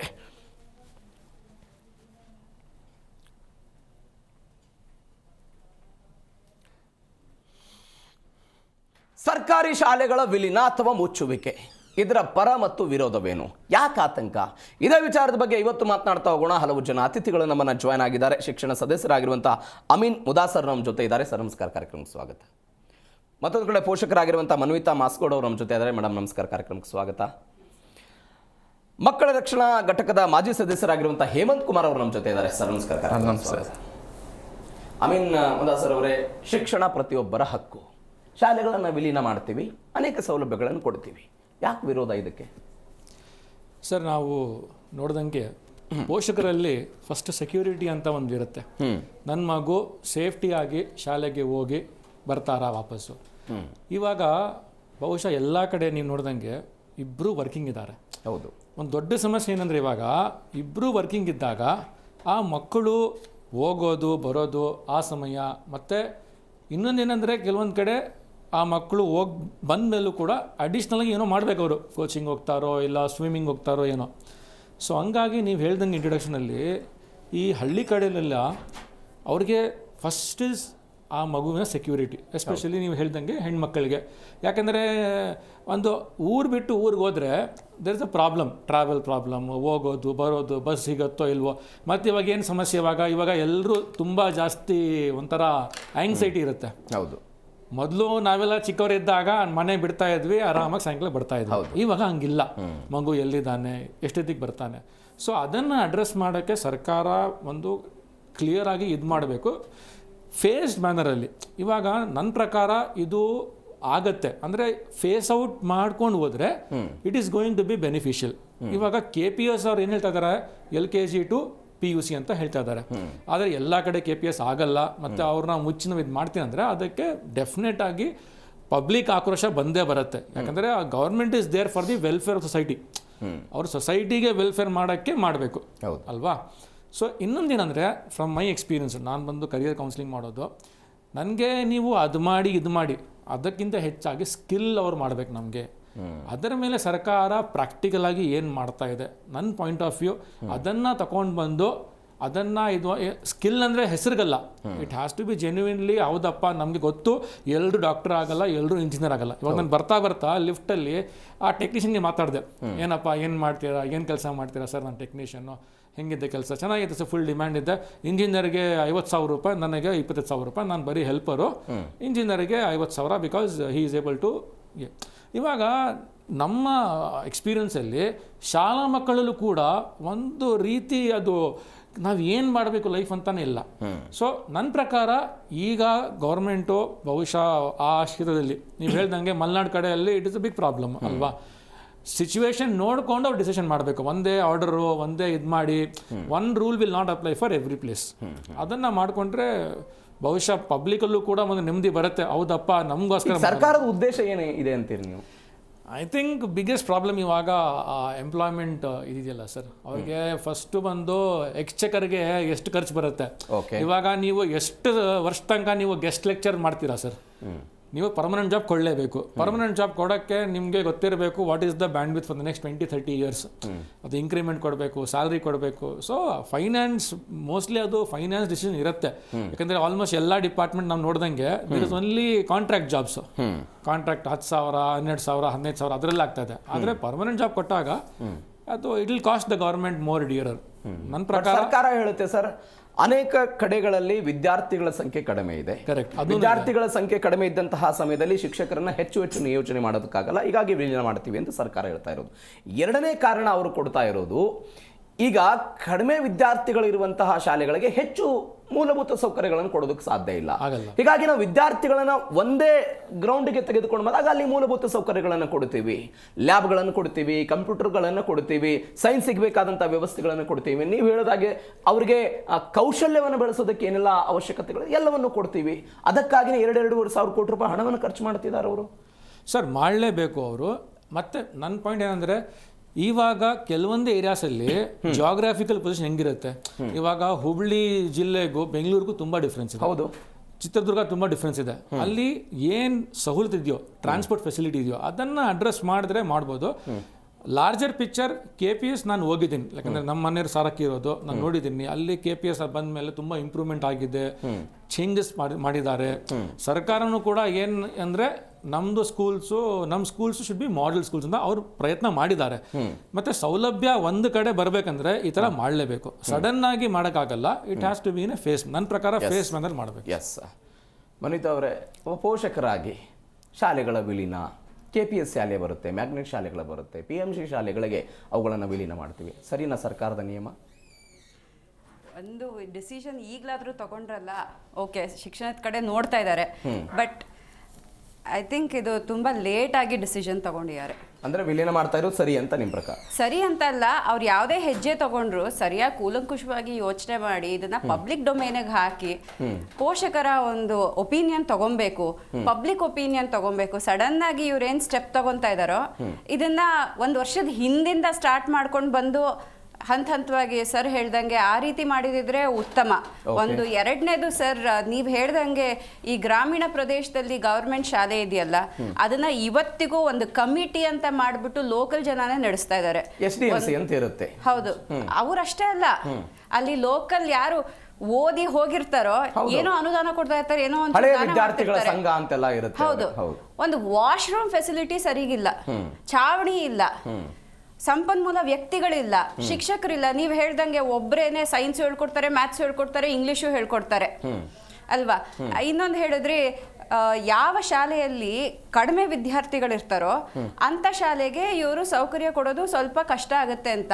ವೆದರ್ 1 ಚೈಲ್ಡ್ ಆರ್ 100 ಜನ ಮಕ್ಕಳಿದ್ರು ಅವ್ರು ಬೇಸಿಕ್ ಫೆಸಿಲಿಟಿ ಕೊಡಲೇಬೇಕು. This is right to education. ಯಾವಾಗ ಅವ್ರು ಬೇಸಿಕ್ ಫೆಸಿಲಿಟಿ ಕೊಡೋದಿಲ್ವೋ, ಮಕ್ಕಳಾಗ್ಲಿ ಪೋಷಕರಾಗ್ಲಿ, ಗವರ್ಮೆಂಟ್ ಶಾಲೆ ಇವ್ರು ಎಷ್ಟೇ ಈ ತರ ದೊಡ್ಡ ಸುದ್ದಿ ಮಾಡಿದ್ರು ಕಳ್ಸೋದಕ್ಕೆ ಮನಸ್ಸಿರುತ್ತಾ? ಸೆಕ್ಯೂರಿಟಿ ಪ್ರಶ್ನೆ ನಮಗೂ ಇರುತ್ತೆ, ಮತ್ತೆ ಕಲಿಕೆ ಆಗುತ್ತಾ? ಒಬ್ಬರೇ ಶಿಕ್ಷಕರಿದ್ರು 1, 2, 3, 4, 5 ಕ್ಲಾಸ್ ಒಟ್ಟಿಗೆ ಕೂರಿಸ್ತಾರೆ. ಕಲಿಕೆ ನಮ್ಮ ಮಕ್ಳಿಗೆ ಕಲಿಕೆ ಆಗುತ್ತಾ? ನಾಳೆ ಅವರು ಹೋಗ್ಬಿಟ್ಟು CET ಬರಿಬೇಕು, 10th ಸ್ಟ್ಯಾಂಡರ್ಡ್ ಬರಿಬೇಕು, 12th PUC ಅಡ್ಮಿಷನ್ ತಗೊಬೇಕು. ಏನು ಕಲಿದಲ್ಲೇ ಹೋದ್ರೆ ಎಕ್ಸಾಮ್ನಲ್ಲಿ ಏನು ಬರೀತಾರೆ ಮಕ್ಕಳು? ಆಮೇಲೆ ಕೌನ್ಸಿಲರ್ಸ್ ಇಲ್ಲ. ಕೌನ್ಸಿಲರ್ಸ್ ಎಲ್ಲ ತುಂಬಾ ಅದು ದೂರದ ಮಾತು ಬಿಡಿ. ಅವೆಲ್ಲ ಸರ್ಕಾರಿ ಇಲ್ವೇ ಶಾಲೆ ಇಲ್ಲ. ಮೇಡಮ್ ಇದು? ಹೌದು ಸರ್ಕಾರಿ ಆದ್ರೆ ಇವ್ರು ಹೇಳ್ತಾ ಇರೋದು KPSC CBSE ಸಿಲೆಬಸ್ ಫಾಲೋ ಮಾಡ್ತಾರೆ. Am I right? CBSE ನಲ್ಲಿ ಒಂದು ಮ್ಯಾಂಡೇಟ್ ಇದೆ. ಸರ್ ಹೇಳ್ದಾಗೆ ಒಬ್ರು ಕರಿಯರ್ ಕೌನ್ಸಿಲರ್ ಇರಬೇಕು, ಇನ್ನೊಬ್ರು ಸ್ಕೂಲ್ ಕೌನ್ಸಿಲರ್ ಇರಬೇಕು, ಇಬ್ರಿಬ್ರು ಇರಬೇಕು, ಒಬ್ರಲ್ಲ. ಇವ್ರಿಗೆ ಸಂಪನ್ಮೂಲ ವ್ಯಕ್ತಿಗಳಿಲ್ಲ, ಆಮೇಲೆ ಟೀಚರ್ಸ್ ಇಲ್ಲ. ಏನ್ ನಡೆಸ್ತಾರೆ ಸರ್? ಏನ್ ನಡೆಸ್ತಾರೆ? ಮಕ್ಕಳಲ್ಲಿ ಹೋದ್ರೂ ಅವ್ರು ಏನ್ ಕಲ್ತ್ಕೊಂತಾರೆ? ಅವ್ರ ಸೇಫ್ಟಿ ಏನು? ನಾಳೆ ಅವ್ರ ಮುಂದಿನ ಭವಿಷ್ಯ ಏನು? ಓಕೆ, ಪೋಷಕರಾಗಿ ಬಹುಶಃ ಎಲ್ಲರೂ ಇದನ್ನೇ ಒಂದು ಥಾಟ್ ಶೇರ್ ಮಾಡ್ತಾರೆ. ಇದು ಸರಿಯಾಗಿ ಯೋಜನೆನ 100% ಫುಲ್ ಪ್ರೂಫ್ ಮಾಡಿಲ್ಲ ಅವರು. ಇನ್ನು ಯೋಚನೆ ಮಾಡಬೇಕಿತ್ತು. ಬೇಸಿಕ್ಲಿ ಎಜುಕೇಶನ್ ಬೇಕಾಗಿರೋದು ಮಕ್ಕಳಿಗೆ. ಮಕ್ಕಳನ್ನ ಶಾಲೆಗೆ ಕಳಿಸೋರು ಪೋಷಕರು. ಒಂದ್ಸಲಿ ಆದ್ರೂ ಪಬ್ಲಿಕ್ ಡೊಮೇನ್ಗೆ ಇದನ್ನ ಬಿಟ್ಟು ನಿಮ್ಮ ಒಪಿನಿಯನ್ ಏನು ಅಂತ ಕೇಳ್ಬೋದಿತ್ತು. ಒಂದು ಸರಿ. ಇನ್ನೊಂದು ಎರಡನೇದು, ಈ ನ್ಯಾಷನಲ್ ಎಜುಕೇಶನ್ ಪಾಲಿಸಿನ ರಿಜೆಕ್ಟ್ ಮಾಡಿದ್ರು ನಮ್ಮ ಸರ್ಕಾರ, ಕರ್ನಾಟಕ ಸರ್ಕಾರ. ನನಗೆ ಕೇಳ್ಪಟ್ಟಂತೆ 1600 ಕೋಟಿ ಅಷ್ಟು ನಷ್ಟ ಆಗಿದೆ ಇದರಿಂದ. ಸ್ಟೇಟ್ ಎಜುಕೇಶನ್ ಕಾರಣಗಳು ಬೇರೆ ಬೇರೆ ಇದೆ, ನಾವು ಎಸ್ಸಿಪಿ ಮಾಡ್ತೀವಿ ಅಂತೆಲ್ಲ ಅವರು ಹೇಳಿದ್ರು. ಒಂದೇ ತರದ್ ಈ KPSC ಸ್ಕೂಲ್ ನೀವು ಹೇಳಿದ್ರಿ ಬೇರೆ ರಾಜ್ಯಗಳಲ್ಲಿ this is become very successful. Correct. Success ಆಗೋದಕ್ಕೆ ಒಂದೇ ರೀತಿ ಎಲ್ಲಾ ಕಡೆನೂ ಅವ್ರದ್ದು ರೂಲ್ ಇದೆ. NEP ನಮ್ಮ ರಾಜ್ಯದಲ್ಲಿ ಇಲ್ಲ. ಸೊ ಇವ್ರು ಮಾಡಿದ್ರು ನಾವು ಹಿಂದೆನೇ ಉಳಿತೀವಿ. ಒಂದ್ ರೂಲ್ ಇರ್ಲಿ. ಇದು ಶಿಕ್ಷಣ, ರಾಜಕೀಯ ಅಲ್ಲ. ಶಿಕ್ಷಣದಲ್ಲಿ ಈ ತರ ರಾಜಕೀಯನ ತೋರಿಸಿ ವಿದ್ಯಾಭ್ಯಾಸಕ್ಕೆ ಅವರು ಡ್ಯಾಮೇಜ್ ಮಾಡ್ತಿದ್ದಾರೆ. ಈಗ ಈ ತರನಾದಂತ ಶಾಲೆಗಳ ವಿಲೀನದಲ್ಲಿ ರಾಜಕೀಯದ ಪ್ರಶ್ನೆ ಹೆಂಗ್ ಬರುತ್ತೆ? ನೀವಿದು ಬರೇ ಎಂಡ್ ಹೇಳ್ತಾ ಇದ್ದೀರಾ. ಹಿಂದೆ ಇರೋ ಬೇರೆ ವಿಷಯನೂ ನೋಡಿ sir. First and foremost infrastructure ಇಲ್ಲ. ನೀವು JC ರೋಡ್ಗೆ ಹೋಗಿ, ಅಲ್ಲೊಂದು Karnataka public school and PU college ಇದೆ. ಹಾಫ್ ಬಿಲ್ಡಿಂಗು ಇವ್ರದ್ದು, ಇನ್ ಹಾಫ್ ವಾಸವಿ ಅವ್ರಿಗೆ ಕೊಟ್ಟಿದ್ದಾರೆ. ಸೊ ಎಲ್ಲಿ ನಮಗೆ ಪೋಷಕರಾಗಿ ಧೈರ್ಯ ಎಲ್ಲಿ ಬರುತ್ತೆ? ಅವರು ನಮ್ಮ ಒಂದು they have to take us into consideration. ಎಲ್ಲಿ ಧೈರ್ಯ ಬರುತ್ತೆ? ನಾಳೆ 3/4% ಪ್ರೈವೇಟ್ ಬಾಡಿ ಕೊಟ್ಬಿಟ್ಟು 1/4% ಅಲ್ಲಿ ನಮ್ಗೆ ಇರೋದೇ 10 ಮಕ್ಕಳು ಇಲ್ಲೇ ನಡೆಸ್ತೀವಿ ಅಂತಂದ್ರೆ ಸೊ ಯೋಚನೆ ಮಾಡ್ತಾ ಇದ್ದಾರೆ, ಒಳ್ಳೇದು. ಬಟ್ ಹೌದು, ಸೊ ಈ ಒಂದು ಯೋಚನೆ ಮಾಡ್ತಿದ್ದಾರೆ, ಒಳ್ಳೇದು. But it is not the right step at this time. ಇನ್ನು ಟೈಮ್ ಬೇಕು. ನೀವು ಕಳೆದ ವರ್ಷ ಹೇಳಿದ್ರಿ ಪೋಷಕರಾಗಿ ನಮ್ಮ ಮಕ್ಕಳು LKG UKG ಕಲಿಬೇಕು, ಹೀಗಾಗಿ ನಾವು ಪ್ರೈವೇಟ್ ಸೆಕ್ಟರ್ಗೆ ಹೋಗ್ತಾ ಇದೀವಿ, ಸರ್ಕಾರಿ ಶಾಲೆಗಳಲ್ಲಿ ಆ ವ್ಯವಸ್ಥೆ ಇಲ್ಲ ಅಂತ. ಸರ್ಕಾರ ಆ ವ್ಯವಸ್ಥೆನೂ ಮಾಡ್ತು, LKG UKG ಅಂಗನವಾಡಿನೂ ಇದೆ ಸರ್. ಅಂಗನವಾಡಿನೂ ಇದೆ. ಹೌದು. ಅಂಗನವಾಡಿನಲ್ಲಿ ಹೋಗಿ ಒಂದು ಮಗುವಲ್ಲಿ ಕಳಿಸಿದ್ರೆ ಅದಕ್ಕೆ ಕೊಡೋಂಥ ಊಟ ಮತ್ತೆ ಆ ಒಂದು ಪರಿಸರ ನೋಡ್ಕೊಂಡ್ ಬನ್ನಿ ಸರ್. ಕಳಿಸೋ ಸ್ಥಿತಿನಲ್ಲಿ ಇದೆಯಾ? ಇಡೀ ಅಂಗನವಾಡಿಗೆ ಒಬ್ರು ಟೀಚರ್. ಮೇಡಮ್, ನಾನು ಹೇಳ್ತಾ ಇರೋದು ಸರ್ಕಾರದ ಬೇಸಿಕ್ ಪ್ರಶ್ನೆನೂ ಕೂಡ ಇದೆ. ಈಗಿರೋದೀಗ ಈಗಿರುವಂತ ವ್ಯವಸ್ಥೆಗಳು ಸರಿ ಇಲ್ಲ, ಅದಕ್ಕೊಂದು ಪರ್ಯಾಯ ವ್ಯವಸ್ಥೆ ಕೊಡ್ತೀವಿ ಅಂತ ಹೇಳ್ತಾ ಇರೋದು. ನೀವೆಲ್ಲ ಹೇಳ್ತಾ ಇದ್ರಿ ಶಿಕ್ಷಕರ ಕೊರತೆ ಇದೆ, ಅಂಗನವಾಡಿಗಳು ಸರಿ ಇಲ್ಲ, ಪರಿಸರ ವ್ಯವಸ್ಥೆ ಸರಿ ಇಲ್ಲ, ಪ್ರೈವೇಟ್ ನವರ ಇಂಟರ್ಫಿಯರೆನ್ಸ್ ಇದೆ, ಬೇರೆ ಬೇರೆ ಎಲ್ಲ ಹೇಳ್ತಿದ್ದೀರಲ್ಲ. ಈ ಸಮಸ್ಯೆಗೆ ಉತ್ತರ ಕೊಡೋದಕ್ಕಾಗಿನೇ ಮಾದರಿ KPSC ಶಾಲೆಗಳನ್ನ ತರ್ತೀವಿ, ಈಗಾಗಲೇ ವಿಲೀನ ಮಾಡ್ತೀವಿ ಅಂತ ಸರ್ಕಾರ ಹೇಳ್ತಾ ಇರೋದು. ವಿಲೀನ ಮಾಡಕ್ಕೂ ಅವ್ರಿಗೆ ಎಲ್ಲಿದ್ದಾರೆ? Where are teachers, where are resource person? Appoint ಮಾಡ್ತೀವಿ, ಮಾಡ್ಲಿ ಫಸ್ಟ್ ಅದನ್ನ, ಆಮೇಲೆ ಅವರು ವಿಲೀನ ಮಾಡ್ಲಿ. ರಿಸೋರ್ಸೇ ಇಲ್ದಲೆ ನಾವು ಶಾಲೆ ನಡೆಸ್ತೀವಿ ಅಂತಂದ್ರೆ ಹೇಗ್ ಸಾಧ್ಯ? ಫಸ್ಟ್ ರಿಸೋರ್ಸ್ ಇರಬೇಕು, ಫೌಂಡೇಶನ್ ಇರಬೇಕು, ಆಮೇಲೆ ತಾನೇ ನೀವು ಕೆಲಸ ಮಾಡೋದು. ಫಸ್ಟ್ ರಿಸೋರ್ಸ್ ಇರ್ಲಿ, ಇನ್ಫ್ರಾಸ್ಟ್ರಕ್ಚರ್ ಇರ್ಲಿ, ಆಮೇಲೆ IT-ದೇನೋ ಅವ್ರು ನೆನ್ನೆ ತಾನೇ ಹಾಕಿರೋ ರೆಕ್ರೂಟ್ಮೆಂಟ್ ಮಾಡ್ತೀವಿ ಅಂತ, ವೆರಿ ಗುಡ್. ಲ್ಯಾಬ್ ಸೆಟಪ್ ಮಾಡ್ಲಿ, ಆಮೇಲೆ ಶಾಲೆ ನಡೆಸ್ಲಿ. ಶಾಲೆ ನಡೆಸ್ತೀವಿ, ಮಕ್ಕಳು ಬರ್ಲಿ, ಆಮೇಲೆ ಸೆಟಪ್ ಮಾಡ್ತೀವಿ ಅನ್ನೋದು ಸರಿನಾ? ಸೊ ಫಸ್ಟ್ ವ್ಯವಸ್ಥೆ ಆಗ್ಲಿ, ಅದಾದ ನಂತರ ಕ್ರಮ ತೆಗೆದುಕೊಳ್ಳಿ ಅಂತ ಬರ್ತೀನಿ. ಹೇಮಂತ್ ಕುಮಾರ್ ಸರ್, ನಿಮ್ಮ ಅವಲೋಕನ ಹೆಂಗಿದೆ KPS ಮಾದರಿ ಸ್ಕೂಲ್ಗಳ ಬಗ್ಗೆ? ಮೊದಲನೇದಾಗಿ ನಾನು ಒಂದು ಪಾಸಿಟಿವ್ ಪಾಯಿಂಟ್ ಹೇಳ್ತೀನಿ. ಇವಾಗ KPS ಶಾಲೆ ಮಾಡೋದು ಎಲ್ಲ ಪ್ರದೇಶದಲ್ಲೂ ಅಲ್ಲ, ಕೆಲವು ಪ್ರದೇಶದಲ್ಲಿ ಅನುಕೂಲ ಆಗುತ್ತೆ. ಹೆಂಗೆ ಅಂದರೆ ರೇಡಿಯೇಷನ್ನು ಈ ಸಿಟಿ ಅಂತ ಜಾಗದಲ್ಲಿ ಅದು ಅನುಕೂಲ ಆಗ್ಬೋದು. ಹೇಗೆ ಅಂದರೆ ಅವರಿಗೆ ಹೋಗೋದಕ್ಕೆ ಹತ್ರ ಇರ್ತದೆ, ಬರೋದಕ್ಕೆ ಹತ್ರ ಇರ್ತದೆ, ಕನ್ವೀನಿಯೆಂಟು ಕಳಿಸ್ತಾರೆ. ಮತ್ತು ಅದೇ ಜಾಗದಲ್ಲಿ ಆಟದ ಮೈದಾನ, ಲ್ಯಾಬು, ಆಮೇಲೆ ಲೈಬ್ರರಿ, ಪ್ರತಿಯೊಂದು ಸಿಗುತ್ತೆ, ಎಲ್ಲ ವ್ಯವಸ್ಥೆ ಇದೆ, ಇಟ್ಸ್ ಫೈನ್. ಇನ್ನು ಕೆಲವುದು ನಾವು ಹೇಳಿದಂಗೆ ಗ್ರಾಮಾಂತರ ಪ್ರದೇಶಕ್ಕೆ ತೊಗೊಂಡ್ರೆ ಇದು ಎಷ್ಟರ ಮಟ್ಟಿಗೆ ವರ್ಕ್ ಆಗುತ್ತೆ ಅಂತ. ಒಂದು ಸ್ಥಳೀಯವಾಗಿ ಇರ್ತಕ್ಕಂಥ ಮಕ್ಕಳನ್ನೇ ಶಾಲೆಗೆ ಕಳಿಸ್ತಾ ಇಲ್ಲ, ಹಾಗಾಗಿ ಅಟೆಂಡೆನ್ಸ್ ಕಮ್ಮಿ ಇದೆ ಅಂತ ಹೇಳ್ತಾ ಇದ್ದೀರಾ. ಹೌದಲ್ವಾ? ಅಟೆಂಡೆನ್ಸ್ ಕಮ್ಮಿ ಇದೆ, ಶಾಲೆಗೆ ಇಲ್ಲ, ಅದಕ್ಕಾಗಿ ಮರ್ಜ್ ಮಾಡ್ತಾ ಇದೀವಿ ಅಂತ. ಅಲ್ಲೇ ಆ ಮಕ್ಕಳು ಶಾಲೆಗೆ ಹೋಗ್ತಾ ಇಲ್ಲ ಅಂದ್ರೆ ಇಲ್ಲಿಂದ 4-5 ಕಿಲೋಮೀಟರ್ ದೂರಕ್ಕೆ ಶಾಲೆಗೆ ಹೋಗ್ತಾರಾ? ಓಕೆ. ಮತ್ತೆ ರಕ್ಷಣೆ ಇದೆಯಾ ಅಲ್ಲಿ ಹೋಗೋದಕ್ಕೆ? ವ್ಯವಸ್ಥೆ ಇದೆಯಾ? ಒಂದು. ಎರಡನೇದು ಏನು ನಮ್ಮ ಫ್ರೀ ಅಂಡ್ ಕಂಪಲ್ಸರಿ ಎಜುಕೇಶನ್, ಉಚಿತ ಮತ್ತು ಕಡ್ಡಾಯ ಶಿಕ್ಷಣ ಕಾಯ್ದೆ 2009 ಏನು ಹೇಳುತ್ತೆ ಅಂದರೆ 1 ಕಿಲೋಮೀಟರ್ ಸರೌಂಡಿಂಗ್ಸ್ ಅಲ್ಲಿ ಪ್ರಾಥಮಿಕ ಶಿಕ್ಷಣ ಒಳಗೆ ಇರಬೇಕು ಅಂತ. ಇದು ವೈಲೇಷನ್ ಆಫ್ RTI ಆಕ್ಟು. ಆಮೇಲೆ 3 ಕಿಲೋಮೀಟರ್ ಒಳಗೆ ಇರಬೇಕು ಅಂತ ಇದೆ ಹೈಯರ್ ಪ್ರೈಮರಿ, 5 ಕಿಲೋಮೀಟರ್ ಒಳಗೆ ವ್ಯಾಪ್ತಿ ಇರಬೇಕು ಅಂತ. ಇದೆಲ್ಲ ವೈಲೇಟ್ ಮಾಡ್ದಂಗೆ ಆಗುತ್ತೆ. ಈ ಕಾನೂನು ಮಾಡಿದ್ದು ಇವರೇ, ಇದು ವೈಲೇಟ್ ಮಾಡೋದು ಇವಾಗ ಇವರೇ ಆಗುತ್ತೆ. ಆಯ್ತು, ಒಳ್ಳೆ ಉದ್ದೇಶಕ್ಕೆ ವೈಲೇಟ್ ಮಾಡೋಣ ಅಂದ್ರೆ ಅಂತ ಅವ್ರು ತಿಳ್ಕೊಂಡಿದ್ರೆ ಇವಾಗ ಪೇರೆಂಟ್ಸ್ ಅಷ್ಟು ದೂರ ಕಳಿಸಿದ್ರೆ ಏನ್ ಸೇಫ್ಟಿ? ಇವಾಗ LKG ಮಗು 1 kg ಒಂದು ಸ್ಟ್ಯಾಂಡರ್ಡ್ ಮಗುನ ನೀವು ಶಾಲೆ ಕಳಿಸಿದ್ರೆ, ಬೆಳಿಗ್ಗೆ ಬಸ್ಸಲ್ಲಿ ಕಳಿಸಿ ಸಂಜೆ ಅವನು ಬಂದ್ರೆ ಆ ಮಗುಗೆ ಎಷ್ಟು ಟಯರ್ಡ್ ಆಗಿರ್ತದೆ. ಹೆಲ್ತ್ ಇಶ್ಯೂಸ್ ಬರಲ್ವಾ? ಅಲ್ಲಿ ಯಾರು ನೋಡ್ಕೊಳ್ತಾರೆ ಆ ವ್ಯವಸ್ಥೆ? ಓಕೆ, ನೀವು ಈ ವಾದ ಮಾಡುವವರು ಕೂಡ ಇವರೇ. ಮತ್ತೊಂದು ವಾದ ಇದೆ ಸರ್, ಸರ್ಕಾರಿ ಶಾಲೆಗಳಿಗೆ ನಾವು ತಂತ್ರಜ್ಞಾನ ಕೊಡ್ತೀವಿ, ಅಭಿವೃದ್ಧಿ ಮಾಡ್ತೀವಿ ಅಂತ ಟೈರ್ಡ್ ಆಗುತ್ತೆ, 3 ಕಿಲೋಮೀಟರ್ ಹೋಗಲ್ಲ ಅಂತ ಮಾತನಾಡುವಂತ ಪೋಷಕರು ಇದ್ದಾರೆ. ಅದೇ ಪೋಷಕರ ಒಂದು ವರ್ಗ ಇದೆ, 10 ಕಿಲೋಮೀಟರ್ ದೂರ ಇದ್ದಾಗಲೂ ಕೂಡ CBSE ಶಾಲೆಗಳಿಗೆ ಕಳಿಸ್ತಾರೆ. ಅದೇ ನಾನು ಹೇಳಿದ್ದು, ಕೆಲವು ಪ್ರದೇಶದಲ್ಲಿ ಅನುಕೂಲ ಆಗುತ್ತೆ, ಗ್ರಾಮಾಂತರ ಪ್ರದೇಶದಲ್ಲೂ ಕೂಡ ನಡೀತಿದೆ ಸರ್ ಇದು. ಮತ್ತೆ ಕೆಲವು ಜನಕ್ಕೆ ಆಗುತ್ತೆ, ಇನ್ನ ಕೆಲವು ಜನಕ್ಕೆ ಪ್ರೈವೇಟ್ ವೆಹಿಕಲ್ ಗಳಿಗೆ ಹಣವನ್ನ ಕೊಟ್ಟು ತಿಂಗಳಾನುಗಟ್ಟಲೆ 3,500-4,000 ರೂಪಾಯಿ ಬಸ್ ಫೀಸ್ ಗಳನ್ನ ಕೊಟ್ಟು CBSE ಶಾಲೆಗಳಿಗೆಲ್ಲ ಕಳಿಸ್ತಾರೆ. ದುಡ್ಡು ಕೊಟ್ಟು ಕಳ್ಸೋದು, ಅವರು ದುಡ್ಡು ಕೊಟ್ಟು ಪ್ರೈವೇಟ್ ಅವರು ಕಳಿಸ್ತಾರೆ.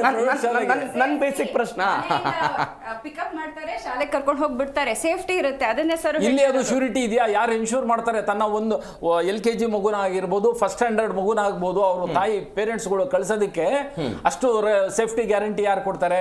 ಓಕೆ, ಆ ಮಗುನ ಮತ್ತೆ ಕರ್ಕೊಂಡ್ಬಂದು ಯಾರು ಬಿಡೋದು? 6-7 ಕಿಲೋಮೀಟರ್ ಗುಡ್ಡಗಾಡ ಪ್ರದೇಶ ಇರ್ಬೋದು, ಗ್ರಾಮಾಂತರ ಪ್ರದೇಶ ಇರ್ಬೋದು, ಅವರಿಗೆ ಹೇಗೆ ಶ್ಯೂರಿಟಿ ನಾವು ಇದು ಮಾಡಕ್ಕಾಗುತ್ತೆ? ಇದಕ್ಕೆ ಸರ್ಕಾರದಿಂದಲೇ ಒಂದು ಸಾರಿಗೆ ವ್ಯವಸ್ಥೆ ಆಗ್ಬೇಕು ಅಂತೀರಿ. ಇದನ್ನ ಮಾಡೋದಿದ್ರೆ ಸರ್ಕಾರದಿಂದ ಸಾರಿಗೆ ವ್ಯವಸ್ಥೆ ಆಗ್ಬೇಕು. ಸಾರಿಗೆ ವ್ಯವಸ್ಥೆ ನಂಬಕ್ಕಾಗಲ್ಲ, ಸೇಫ್ಟಿ ಅದು ಟೈಮು ಅದೆಲ್ಲ ಆಗಲ್ಲ. ಓಕೆ, ಶಾಲೆ ವ್ಯವಸ್ಥೆ, ಶಾಲೆನಲ್ಲಿ ಹೇಗೆ ಇವಾಗ ಪ್ರೈವೇಟ್ ಸ್ಕೂಲಲ್ಲಿ ಹೇಗೆ ವ್ಯವಸ್ಥೆ ಇದೆ ಅದೇ ರೀತಿ ಮ್ಯಾಗ್ನೆಟ್ ಸ್ಕೂಲಲ್ಲಿ ಮಾಡಬೇಕು ಅಂತ ಇರೋದು. ನಾನು ಅದೇ ಪ್ರಶ್ನೆ ಕೇಳಿದ್ದೆ. ಅದನ್ನ ಮಾಡಬೇಕು. ಮಾಡಿದ್ರು ಎಷ್ಟರ ಮಟ್ಟಿಗೆ ಸಕ್ಸಸ್ ಆಗುತ್ತೆ ಅನ್ನೋದು ಒಂದು. ಇನ್ನು ಎರಡನೇ ಪಾಯಿಂಟ್, ಇವಾಗ ಆಯ್ತು ಇದನ್ನ ಮಾಡ್ತೀರಾ ಅಂತ ಇಟ್ಕೊಂಡ್ರೆ, ಇದೇ ಮಾಸ್ಟರ್ಗಳೇ ಅಲ್ಲಿ ಟೀಚ್ ಮಾಡೋದು ಕೊರತೆ ಇದೆ. ಅಲ್ಲಿ ಇವಾಗ ಏನಾಗುತ್ತೆ ಅಂದ್ರೆ ಕನ್ನಡ ಸ್ಕೂಲ್ ಕ್ಲೋಸ್ ಆಗುತ್ತೆ.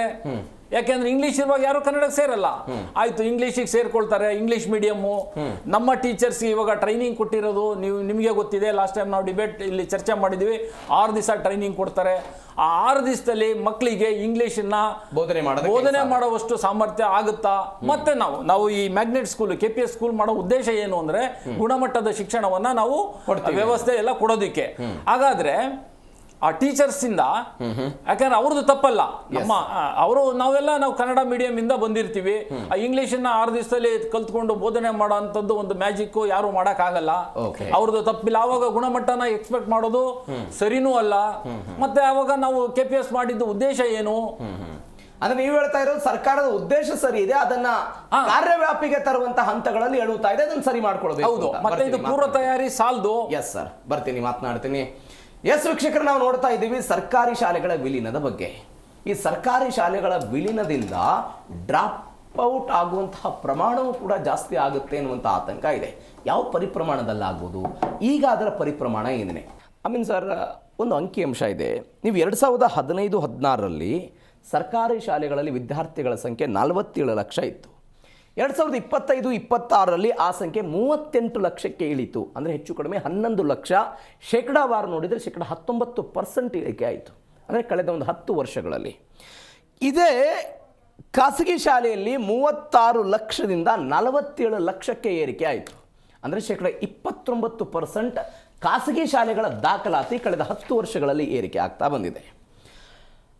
50 ಸಂಖ್ಯೆಗಳಿಗಿಂತ ಕಡಿಮೆ ಇರುವಂಥ ವಿದ್ಯಾರ್ಥಿಗಳ ಸಂಖ್ಯೆ ಇರುವಂಥ ಶಾಲೆಗಳ ಕರ್ನಾಟಕದಲ್ಲಿ 25,683 ಇದೆ. 25 ವಿದ್ಯಾರ್ಥಿಗಳಕ್ಕಿಂತಲೂ ಕೂಡ ಕಡಿಮೆ ಇರುವಂಥ ಶಾಲೆಗಳ ಸಂಖ್ಯೆ 13,800 ಇದೆ. 10 ವಿದ್ಯಾರ್ಥಿಗಳಿಗಿಂತಲೂ ಕೂಡ ಕಡಿಮೆ ಇರುವಂತಹ ಶಾಲೆಗಳ ಸಂಖ್ಯೆ 1,800 ಇದೆ. ಇದು ನಮ್ಮ ಮುಂದೆ ಇರುವಂತಹ ವಾಸ್ತವ ಅಂಕಿಅಂಶ. ಒಂದು ಕಡೆ ಖಾಸಗಿ ಶಾಲೆಗಳ ದಾಖಲಾತಿ ಪ್ರಮಾಣ ಜಾಸ್ತಿ ಆಗ್ತಿದೆ, ಸರ್ಕಾರಿ ಶಾಲೆಗಳ ದಾಖಲಾತಿ ಪ್ರಮಾಣ ಕುಸಿತ ಆಗ್ತಾ ಇದೆ. ಇವೆಲ್ಲದರ ನಡುವೆ ಸರ್ಕಾರಿ ಶಾಲೆಗಳ ವಿಲೀನ ಪ್ರಕ್ರಿಯೆ ಹೆಚ್ಚು ಎಕ್ಸೆಪ್ಟ್ ಮಾಡಬಹುದಾ? ದಾಖಲಾತಿ ಜಾಸ್ತಿ ಆಗುತ್ತೆ ಅಂತ ಮುಂದೆ ಆದರೂ ಕೂಡ ನನ್ನ ಪ್ರಕಾರ ಇವಾಗ ಇರುವಂತಹ ಪೇರೆಂಟ್ಸ್ ನೋಡಿ, let's look from the parents side. Okay, ಇವಾಗ ಇರುವಂತಹ ಪೇರೆಂಟ್ಸ್ ಯಾವ ಮಕ್ಕಳು LKG ಹೋಗ್ತಾರೋ ಅವರೆಲ್ಲ ಲೇಟ್ 20s ಇಲ್ಲ ಅರ್ಲಿ 20s ಮತ್ತೆ ಅರ್ಲಿ 30s. ಅಂದರೆ ಈ ಜನರೇಷನ್ ಬಂದು ಆಸ್ಪಿರೇಷನಲ್ ಜನರೇಷನ್. ಅವ್ರಿಗೆ ಏನಂದ್ರೆ ನನ್ನ ಮಗು ಸ್ಕೂಲ್ಗೆ ಹೋದ್ಮೇಲೆ ಈ ಥರ ಇಂಗ್ಲೀಷ್ ಮಾತಾಡಬೇಕು, ಹೌದು, ನನ್ನ ಮಗು ಈ ಥರ ಯೂನಿಫಾರ್ಮ್ ಹಾಕೊಂಡಿರ್ಬೇಕು, ಮತ್ತೆ ಅವರಲ್ಲಿ ಒಂದು ಅದು ಹೆಮ್ಮೆ ಅಂತ ಹೇಳ್ತಾರಲ್ಲ, ಒಂದು 25 ವರ್ಷ ಹಿಂದ್ಗಡೆ ಕಾಲ್ ಸೆಂಟರ್ ಹೋಗ್ತಾ ಇದ್ರೆ ಅವ್ರಿಗೆ ತುಂಬಾ ಹೆಮ್ಮೆ ಇತ್ತು. ಹೌದು. ಯಾಕಂದ್ರೆ ಕ್ಯಾಬ್ ಬರೋದು, ಟ್ಯಾಗ್ ಹಾಕೊಂಡು ಹೋಗೋದು, ಆ ಟ್ಯಾಗ್ ಇವಾಗ ಕಾಮನ್ ಅದು. ಹೌದು. ಓಕೆ, ಸೊ ಗೌರ್ಮೆಂಟ್ ಏನು ಮಾಡಬೇಕು, ಪೇರೆಂಟ್ಸ್ ಇರುವಂತಹ ಆ ಆಸ್ಪಿರೇಷನಲ್ ಫ್ಯಾಕ್ಟರ್ಸ್ ಇರುತ್ತಲ್ಲ, ನಮ್ಮ ಮಗುಗೆ ಒಂದು ಸ್ಟೇಜ್ ಕೊಡಬೇಕು, ಕಾಂಪಿಟೇಷನ್ಸ್ ಮಾಡಬೇಕು, ಪ್ರೇಯರ್ ಚೆನ್ನಾಗಿ ಮಾಡಬೇಕು, ನೀಟಾಗಿ ಡ್ರೆಸ್ ಮಾಡಿರಬೇಕು. ಸೊ ಇವ್ರೇನು ಮಾಡಿದ್ದಾರೆ ಅಂದರೆ ಇದು ಕೊಡ್ತಾ ಇಲ್ಲ. ಇವಾಗ ನೋಡಿ ಸರ್, ನಿಮಗೆ ಲೋನ್ ಬೇಕಂದ್ರೆ ಯು ಗೆಟ್ ಇನ್ 5 minutes. ಆ ಲೋನ್ ತೊಗೊಂಡು ನೀವು ಏನಾದರೂ ಮಾಡ್ಬೋದು, ಪರ್ಸ್ನಲ್ ಮಾಡ್ಬೋದು, ಫೀಸ್ ಕಟ್ಬೋದು. ಸೊ ಈಗಿರುವಂತಹ ಪೇರೆಂಟ್ಸು ಜನರಲ್ ಆಗಿ ನಾನು ನೋಡ್ದಂಗೆ ಸರ್ಕಾರಿ ಶಾಲೆ ತುಂಬ ಚೆನ್ನಾಗಿದ್ರೆ ಅಲ್ಲಿರುವಂತಹ middle class, upper middle class ಕಳಿಸ್ತಾರೆ. ಯಾಕಂದರೆ ಅವ್ರಿಗೆ ಗೊತ್ತು ಈ ಶಾಲೆಯಲ್ಲಿ ಒಳ್ಳೆ ವಿದ್ಯಾಭ್ಯಾಸ ಆಗ್ತಾ ಇದೆಯಂತ. ಆದರೆ ಮೆಜಾರಿಟಿ ಕಡೆ ಹೋಗ್ತಾ ಇರೋದು BPL ಅವರೇ, ಬಿಲೋ ಪಾವರ್ಟಿ ಲೈನ್. ಇವಾಗ ಬಿಲೋ ಪಾವರ್ಟಿ ಲೈನ್ ಹತ್ರನೂ ಒಂದು ದೊಡ್ಡ ಮೊಬೈಲ್ ಇದೆ. ಅವರು ಇನ್ಸ್ಟಾಗ್ರಾಮ್ ನೋಡ್ತಾರೆ, ಅವರು ರೀಲ್ಸ್ ನೋಡ್ತಾರೆ, ಅವ್ರಿಗೂ ಒಂದು ವಿಶ್ವ ಹೆಂಗ್ ನಡೀತಾ ಇದೆ. ಮೊದಲು ಹಂಗೆ ಇರಲಿಲ್ಲ. Divide between middle class and poor was very very big, rich. ಇವಾಗ ಡೆಮೋಕ್ರಟೈಸೇಷನ್ ಆಫ್ ಇನ್ಫಾರ್ಮೇಶನ್ ಆಗ್ಬಿಟ್ಟಿದೆ. ಸೊ ನನ್ನ ಪ್ರಕಾರ ಸರ್ಕಾರ ಯಾವಾಗ ಅದನ್ನ ಅಡ್ರೆಸ್ ಮಾಡುತ್ತೆ, ಮತ್ತೆ ಮೇಡಮ್ ಹೇಳ್ದಂಗೆ, ಸರ್ ಹೇಳ್ದಂಗೆ ಇನ್ಬಿಲ್ಟ್ ಟೀಚರ್ಸ್ನ ಅವರು ಒಳ್ಳೆ ಆಕ್ಚುಯಲ್ ಟೀಚರ್ಸ್ ಮಾಡಿಸಿ ಎಕ್ಸಾಂಪಲ್ಸ್ ಮಾಡಿಲ್ಲ ಅಂದರೆ ನೀವು KPS ಮಾಡಿ ನೀವು ತಾಜ್ ಮಹಲ್ ಕಟ್ಬೋದು, ಎಲ್ಲ ಇದೆಯಂತ. ನೇರವಾದ ಪ್ರಶ್ನೆ ಏನು ಅಂತ ಹೇಳಿದ್ರೆ ಸರ್, ಈ ರೀತಿಯ ವಿಲನದಿಂದ ಖಾಸಗಿ ಶಾಲೆಗೆ ಹೋಗುವವರ ಮಕ್ಕಳ ಪ್ರಮಾಣ ಮತ್ತಷ್ಟು ಹೆಚ್ಚಳ ಆಗುತ್ತಾ ಅನ್ನೋದು ನನ್ನ ನೇರ ಪ್ರಶ್ನೆ. ಆಗ್ಬೋದು ಸರ್, ಯಾಕಂದರೆ ಖಾಸಗಿ ಶಾಲೆಗಳಲ್ಲಿ ಆಫರ್ಸ್ ತುಂಬ ಇದೆ. ಅದು ಹೇಳ್ತಾರಲ್ಲ, offers is what people by ಅಂತ. ಸರ್ಕಾರ ಬರೀ ಇದು ಮಾಡಿಕೊಂಡು ನೀವು KPSಗೆ ಬನ್ನಿ ಅಂದರೆ, ನೀವು ನಮಗೆ ಖಾಸಗಿಲಿ ಇಲ್ಲೇ ಇದೆಯಲ್ಲ, ನಾವು ಯಾಕೆ ಹೋಗ್ತೀವಿ? ಕರೆಕ್ಟ್. ಹೆಚ್ಚು ಕಡಿಮೆ ಎಷ್ಟು ಆಗ್ಬೋದು ವರ್ಷಕ್ಕೆ? 30,000 ಆಗ್ಬೋದು. ಯಾಕಂದ್ರೆ ಇವಾಗ ನೀವು ನೋಡಿದ್ರೆ ರಾಜ್ಯದಲ್ಲಿ there are thousands of schools in the budget of 25,000 30,000. ಅದು ದೊಡ್ಡ ಬಜೆಟ್ ಅಲ್ಲ ಅದು. ಎಸ್ ಸರ್, ಬರ್ತೀನಿ. ಮನಿತಾ ಮೇಡಮ್, ನೀವು ಅವಾಗಲೇ ಹೇಳ್ತಾ ಇದ್ರಿ ಬೇರೆ ಬೇರೆ ರಾಜ್ಯಗಳಲ್ಲಿ ಅಂತ. ಉದಾಹರಣೆಗೆ ರಾಜಸ್ಥಾನದ ಉದಾಹರಣೆ ತೆಗೆದುಕೊಳ್ಳೋಣ. ರಾಜಸ್ಥಾನದಲ್ಲಿ ಆದರ್ಶ್ ಮತ್ತು ಉತ್ಕೃಷ್ಟ ಮಾದರಿ ಶಾಲೆಗಳನ್ನು ಸ್ಥಾಪನೆ ಮಾಡಲಾಯಿತು. ರಾಜಸ್ಥಾನ ಸರ್ಕಾರ 2014ರಿಂದ 19 5 ವರ್ಷಗಳಲ್ಲಿ 19,000 ಶಾಲೆಗಳನ್ನು ವಿಲೀನ ಮಾಡಲಾಯಿತು. ಗಮನಿಸಬೇಕಾದ ಸಂಗತಿ, ಕರ್ನಾಟಕದಲ್ಲಿ ಈಗ ವಿಲೀನ ಆಗಿರುವ ಸಂಖ್ಯೆ ಕೇವಲ 500ರ ಆಸುಪಾಸಿಗಿದೆ ಅಂತ ಹೇಳ್ತಾ ಇದ್ದಾರೆ. ರಾಜಸ್ಥಾನದಲ್ಲಿ 19,000 ಶಾಲೆಗಳ ವಿಲೀನ ಆಯಿತು. ಅದರ ಪರಿಣಾಮ ವಿಶ್ವಸಂಸ್ಥೆಯ ಒಂದು ವರದಿ ಬಂದಿದೆ. ರಾಜಸ್ಥಾನದಲ್ಲಿ ಶಾಲೆಗಳ ವಿಲೀನದಿಂದಾಗಿ ಮುಖ್ಯ ಶಿಕ್ಷಕರು ಮತ್ತು ವಿಷಯವಾರು ಶಿಕ್ಷಕರ ಲಭ್ಯತೆ ಹೆಚ್ಚಳ ಆಯಿತು. ಇದು ಅತ್ಯುತ್ತಮ ನಡೆ ಅಂತ ವಿಶ್ವಸಂಸ್ಥೆ ವರದಿ ಕೊಡ್ತು ರಾಜಸ್ಥಾನದ್ದು. ಮಧ್ಯಪ್ರದೇಶದಲ್ಲಿ CM ರೈಸ್ ಎನ್ನುವಂತಹ ಶಾಲೆಗಳನ್ನು ಶುರು ಮಾಡಿದರು. ಈ CM ರೈಸ್ ಶಾಲೆಗಳಲ್ಲಿ 35,000ಕ್ಕೂ ಹೆಚ್ಚು ಶಾಲೆಗಳನ್ನು ವಿಲೀನ ಮಾಡ್ತು. ಅಲ್ಲಿಯೂ ಕೂಡ ನೀತಿ ಆಯೋಗ ಹೇಳಿತು ಅತ್ಯುತ್ತಮವಾದಂತಹ ನಡೆ ಅಂತ. ಒನ್ಸ್ ಅಗೇನ್ ಕರ್ನಾಟಕದ ವಿಚಾರಕ್ಕೆ ಬನ್ನಿ. ನೀವು ಅವಾಗಲೇ ಹೇಳ್ತಾ ಇದ್ದೀರಿ ಸೌಲಭ್ಯಗಳ ಕೊರತೆ ಇದೆ, ಶಿಕ್ಷಕರ ಕೊರತೆ ಇದೆ, ತಂತ್ರಜ್ಞಾನದ ಕೊರತೆ ಇದೆ, ಖಾಸಗಿ ಶಾಲೆಗಳ ಪೈಪೋಟಿ ಇದೆ, ಇತ್ಯಾದಿ ಇತ್ಯಾದಿ ಇಲ್ಲಗಳ ನಡುವೆಯೂ ಕೂಡ ನಾವು ಇದೇ ಅನ್ನೋದನ್ನು ತೋರಿಸ್ತೀವಿ ಅಂತ ಸರ್ಕಾರ ಮುಂದಾಗ್ತಾ ಇದೆ. ನಾವ್ಯಾಕೆ ಬೆನ್ ತಟ್ಟಬಾರ್ದು? ಇವತ್ತು ಬೆನ್ ತಟ್ಟೋಣ ಸರ್, ತಟ್ಟೋದಕ್ಕೆ ನಮಗೂ ಹೆಮ್ಮೆ ಆಗುತ್ತೆ. Okay. ಬಟ್ ಅವರು ಫೌಂಡೇಶನ್ ಹಾಕ್ಲಿ ಮೊದಲು, ಅದ್ರ ಹಿಂದೆ ಮಾಡುವಂತಹ ಪ್ಲಾನಿಂಗ್ ಮುಗಿಸ್ಲಿ. ಒಂದೇ ಸಲಿ ಅವರು ಹೀಗೆ ಘೋಷಣೆ ಮಾಡಿಬಿಟ್ರೆ ಯಾರಿಗೇ ಆಗಲಿ ನಮ್ಮ ಕಣ್ಣಿಂದ ಕಾಣಿಸ್ತಾ ಇದೆ ಸರ್ಕಾರಿ ಶಾಲೆಗಳು ಹೇಗಿದೆ ಅಂತ. ಇವ್ರು KPSC ಶಾಲೆನ ವಿಲೀನ ಮಾಡ್ತಾರೆ ಅಂದ್ರು it is very difficult sir. ಆಗಲೇ ನೀವು ಎಷ್ಟೊಂದು ಅಂಕಿಅಂಶ ಹೇಳ್ತಾ ಇದ್ರಿ, ಇಷ್ಟು ಖಾಸಗಿ ಶಾಲೆಗಳು ಹೆಚ್ಚಳ ಆಗಿದೆ ಮತ್ತು ಗೌರ್ಮೆಂಟ್ ಶಾಲೆ ಅಡ್ಮಿಷನ್ ಕಡಿಮೆ ಆಗಿದೆ ಅಂತ. ಕಡಿಮೆ ಆಗಿರೋ ಕಾರಣನೇ ಇಷ್ಟು, ಟೀಚರ್ಸ್ ಇಲ್ಲ. ಶಾಲೆಗೆ ಕಳಿಸೋದು ಬರೀ ಎಂಜಾಯ್ಮೆಂಟ್ ಮಾಡಕ್ಕಲ್ಲ ಸರ್, ಶಿಕ್ಷಣಕ್ಕೋಸ್ಕರ. ಆ ಶಿಕ್ಷಣದಲ್ಲೇ ಹಲವಾರು ಪಾಯಿಂಟ್ಸ್ ಇದೆ. ನೀವಿವತ್ತು ಇಷ್ಟು ಚೆನ್ನಾಗಿ ಮಾತಾಡ್ತಿದ್ದೀರಾ ಅಂತಂದ್ರೆ ನಿಮ್ ತಂದೆ ತಾಯಿ ನಿಮಗೆ ಒಳ್ಳೆ ಶಿಕ್ಷಣ ಕೊಟ್ಟಿದ್ದಾರೆ, ನೀವೊಂದು ಒಳ್ಳೆ ಶಾಲೆಗೆ ಹೋದ್ರಿ, ನಿಮ್ ಟೀಚರ್ಸ್ ಒಳ್ಳೆಯವ್ರು ಸಿಕ್ಕಿದ್ರು. ಆದ್ರೆ ಇವತ್ತಿನ ಪರಿಸ್ಥಿತಿ ಆ ಥರ ಇದೆಯಾ? ಖಂಡಿತ ಇಲ್ಲ. ವಿಲೀನ ಆಗ್ಲಿ, ಬಟ್ ಟೇಕ್ ಟೈಮ್. ಹೊಸ ಸರ್ಕಾರ ಬಂದಿದೆ, ನಾವೇನೋ ಮಾಡಿ ತೋರಿಸ್ಬೇಕು ಅಂತ ತರಾತುರಿಯಲ್ಲಿ ಮಾಡುವಂಥದ್ದಲ್ಲ ಇದು. ಆ ಮಕ್ಕಳು ನಾಳೆ ನಮ್ಮ ಮುಂದಿನ ಭವಿಷ್ಯದ ಪ್ರಜೆಗಳು. ಅವರು ಚೆನ್ನಾಗಿ ಹೊರಹೊಮ್ಮಬೇಕು, ಅವರು ಚೆನ್ನಾಗಿ ಡೆವಲಪ್ ಆಗಬೇಕು. ಈ ತರ ತಕ್ಷಣ ಏಕಾಏಕಿ ಏನೋ ಒಂದು ಅವ್ರು ಅನೌನ್ಸ್ ಮಾಡಿದ್ರೆ ಯಾರಕ್ಕೆ ತಾನೇ ನಂಬಿಕೆ ಬರುತ್ತೆ? ಓಕೆ, ಕಣ್ ಕುಕ್ಕೋ ರೀತಿ ಇದೆ ಇವತ್ತಿನ ಪರಿಸ್ಥಿತಿ. ಅಂದ್ರೆ ನೀವು ನೇರವಾಗಿ ಹೇಳ್ತಾ ಇರೋದು ಇಡೀ ರಾಜ್ಯದಾದ್ಯಂತ ಶಾಲಾ ಶಿಕ್ಷಕರ ಕೊರತೆ ಇದೆ, ಫಸ್ಟ್ ಅದನ್ನ ನೀಗಿಸಿ ಆಮೇಲೆ ನಿಮ್ಮನ್ನ ಕ್ರಮ ಅಂತ. ಹೌದು, ಶಾಲಾ ಶಿಕ್ಷಕರ ಕೊರತೆ ಇದೆ, ಬಸ್ ವ್ಯವಸ್ಥೆ ಇಲ್ಲ, ಆಮೇಲೆ ನೀವು ಹೇಳ್ತಾ ಇದ್ರಲ್ಲ ವಿಸಿಟಿಂಗ್ ಫ್ಯಾಕಲ್ಟಿ. ಸರ್ ಅವ್ರು ಬರ್ತಾರೆ, 3 ತಿಂಗಳು ಪಾಠ ಮಾಡ್ತಾರೆ, ಇನ್ 3 ತಿಂಗಳು ಟೀಚರ್ ಇಲ್ಲ, ಮಕ್ಕಳೇನ್ ಕಲಿತಾರೆ? ಓಕೆ, ಇದು ಸರಿಯಲ್ಲ. ಶಿಕ್ಷಣ ಮಧ್ಯದಲ್ಲಿ ನಿಂತು ಹೋಗುತ್ತೆ. ಆಮೇಲೆ ಇನ್ನೇನ್ ಎಕ್ಸಾಮ್ ಹತ್ರ ಬಂತು ಅಂದ್ರೆ ಅವಾಗ ಇನ್ನೊಬ್ರು ಟೀಚರ್ ಬರ್ತಾರೆ. ಇವ್ರ ಪಾಠ ಮಾಡೋ ರೀತಿ ಬೇರೆ, ಅವ್ರ ಪಾಠ ಮಾಡೋ ರೀತಿ ಬೇರೆ. ಶಿಕ್ಷಕರು ಗುರುಗಳೇ ನಮ್ಗೆ ದಾರಿ ದೀಪ. ಅಲ್ಲೇ ಕೊರತೆ ಆಯ್ತು ಅಂತಂದ್ರೆ ಮಕ್ಕಳು ಏನು ಕಲಿತಾರೆ ಅಲ್ವಾ? ಆಮೇಲೆ ಒಂದು ಶಾಲೆ ಅಂತಂದ್ರೆ ಒಂದು ಬೇಸಿಕ್ ಫೆಸಿಲಿಟಿ ಇರಬೇಕು. ಆಗ್ಲಿಂದ ಇದನ್ನೇ ನಾವು ಚರ್ಚೆ ಮಾಡ್ತಿರೋದು, ಅದೆಲ್ಲ ಇದೆ ಅಂತ ತೋರಿಸ್ಲಿ. ಈಗ ಬೇಸಿಕ್ ಫೆಸಿಲಿಟಿ ಆಯ್ತು ಮೇಡಮ್. ಈಗ ಬೆಂಗಳೂರಿನಂತ ವಿಚಾರಕ್ಕೆ ಬಂದ್ರೆ, ಈಗ ಅನೇಕ ಜನ ಉತ್ತರ ಕರ್ನಾಟಕದಿಂದ ಗಾರೆ ಕೆಲಸಕ್ಕೋ ಬೇರೆ ಕೆಲಸಕ್ಕೆ ಬೆಂಗಳೂರಲ್ಲಿ ಬರ್ತಾರೆ.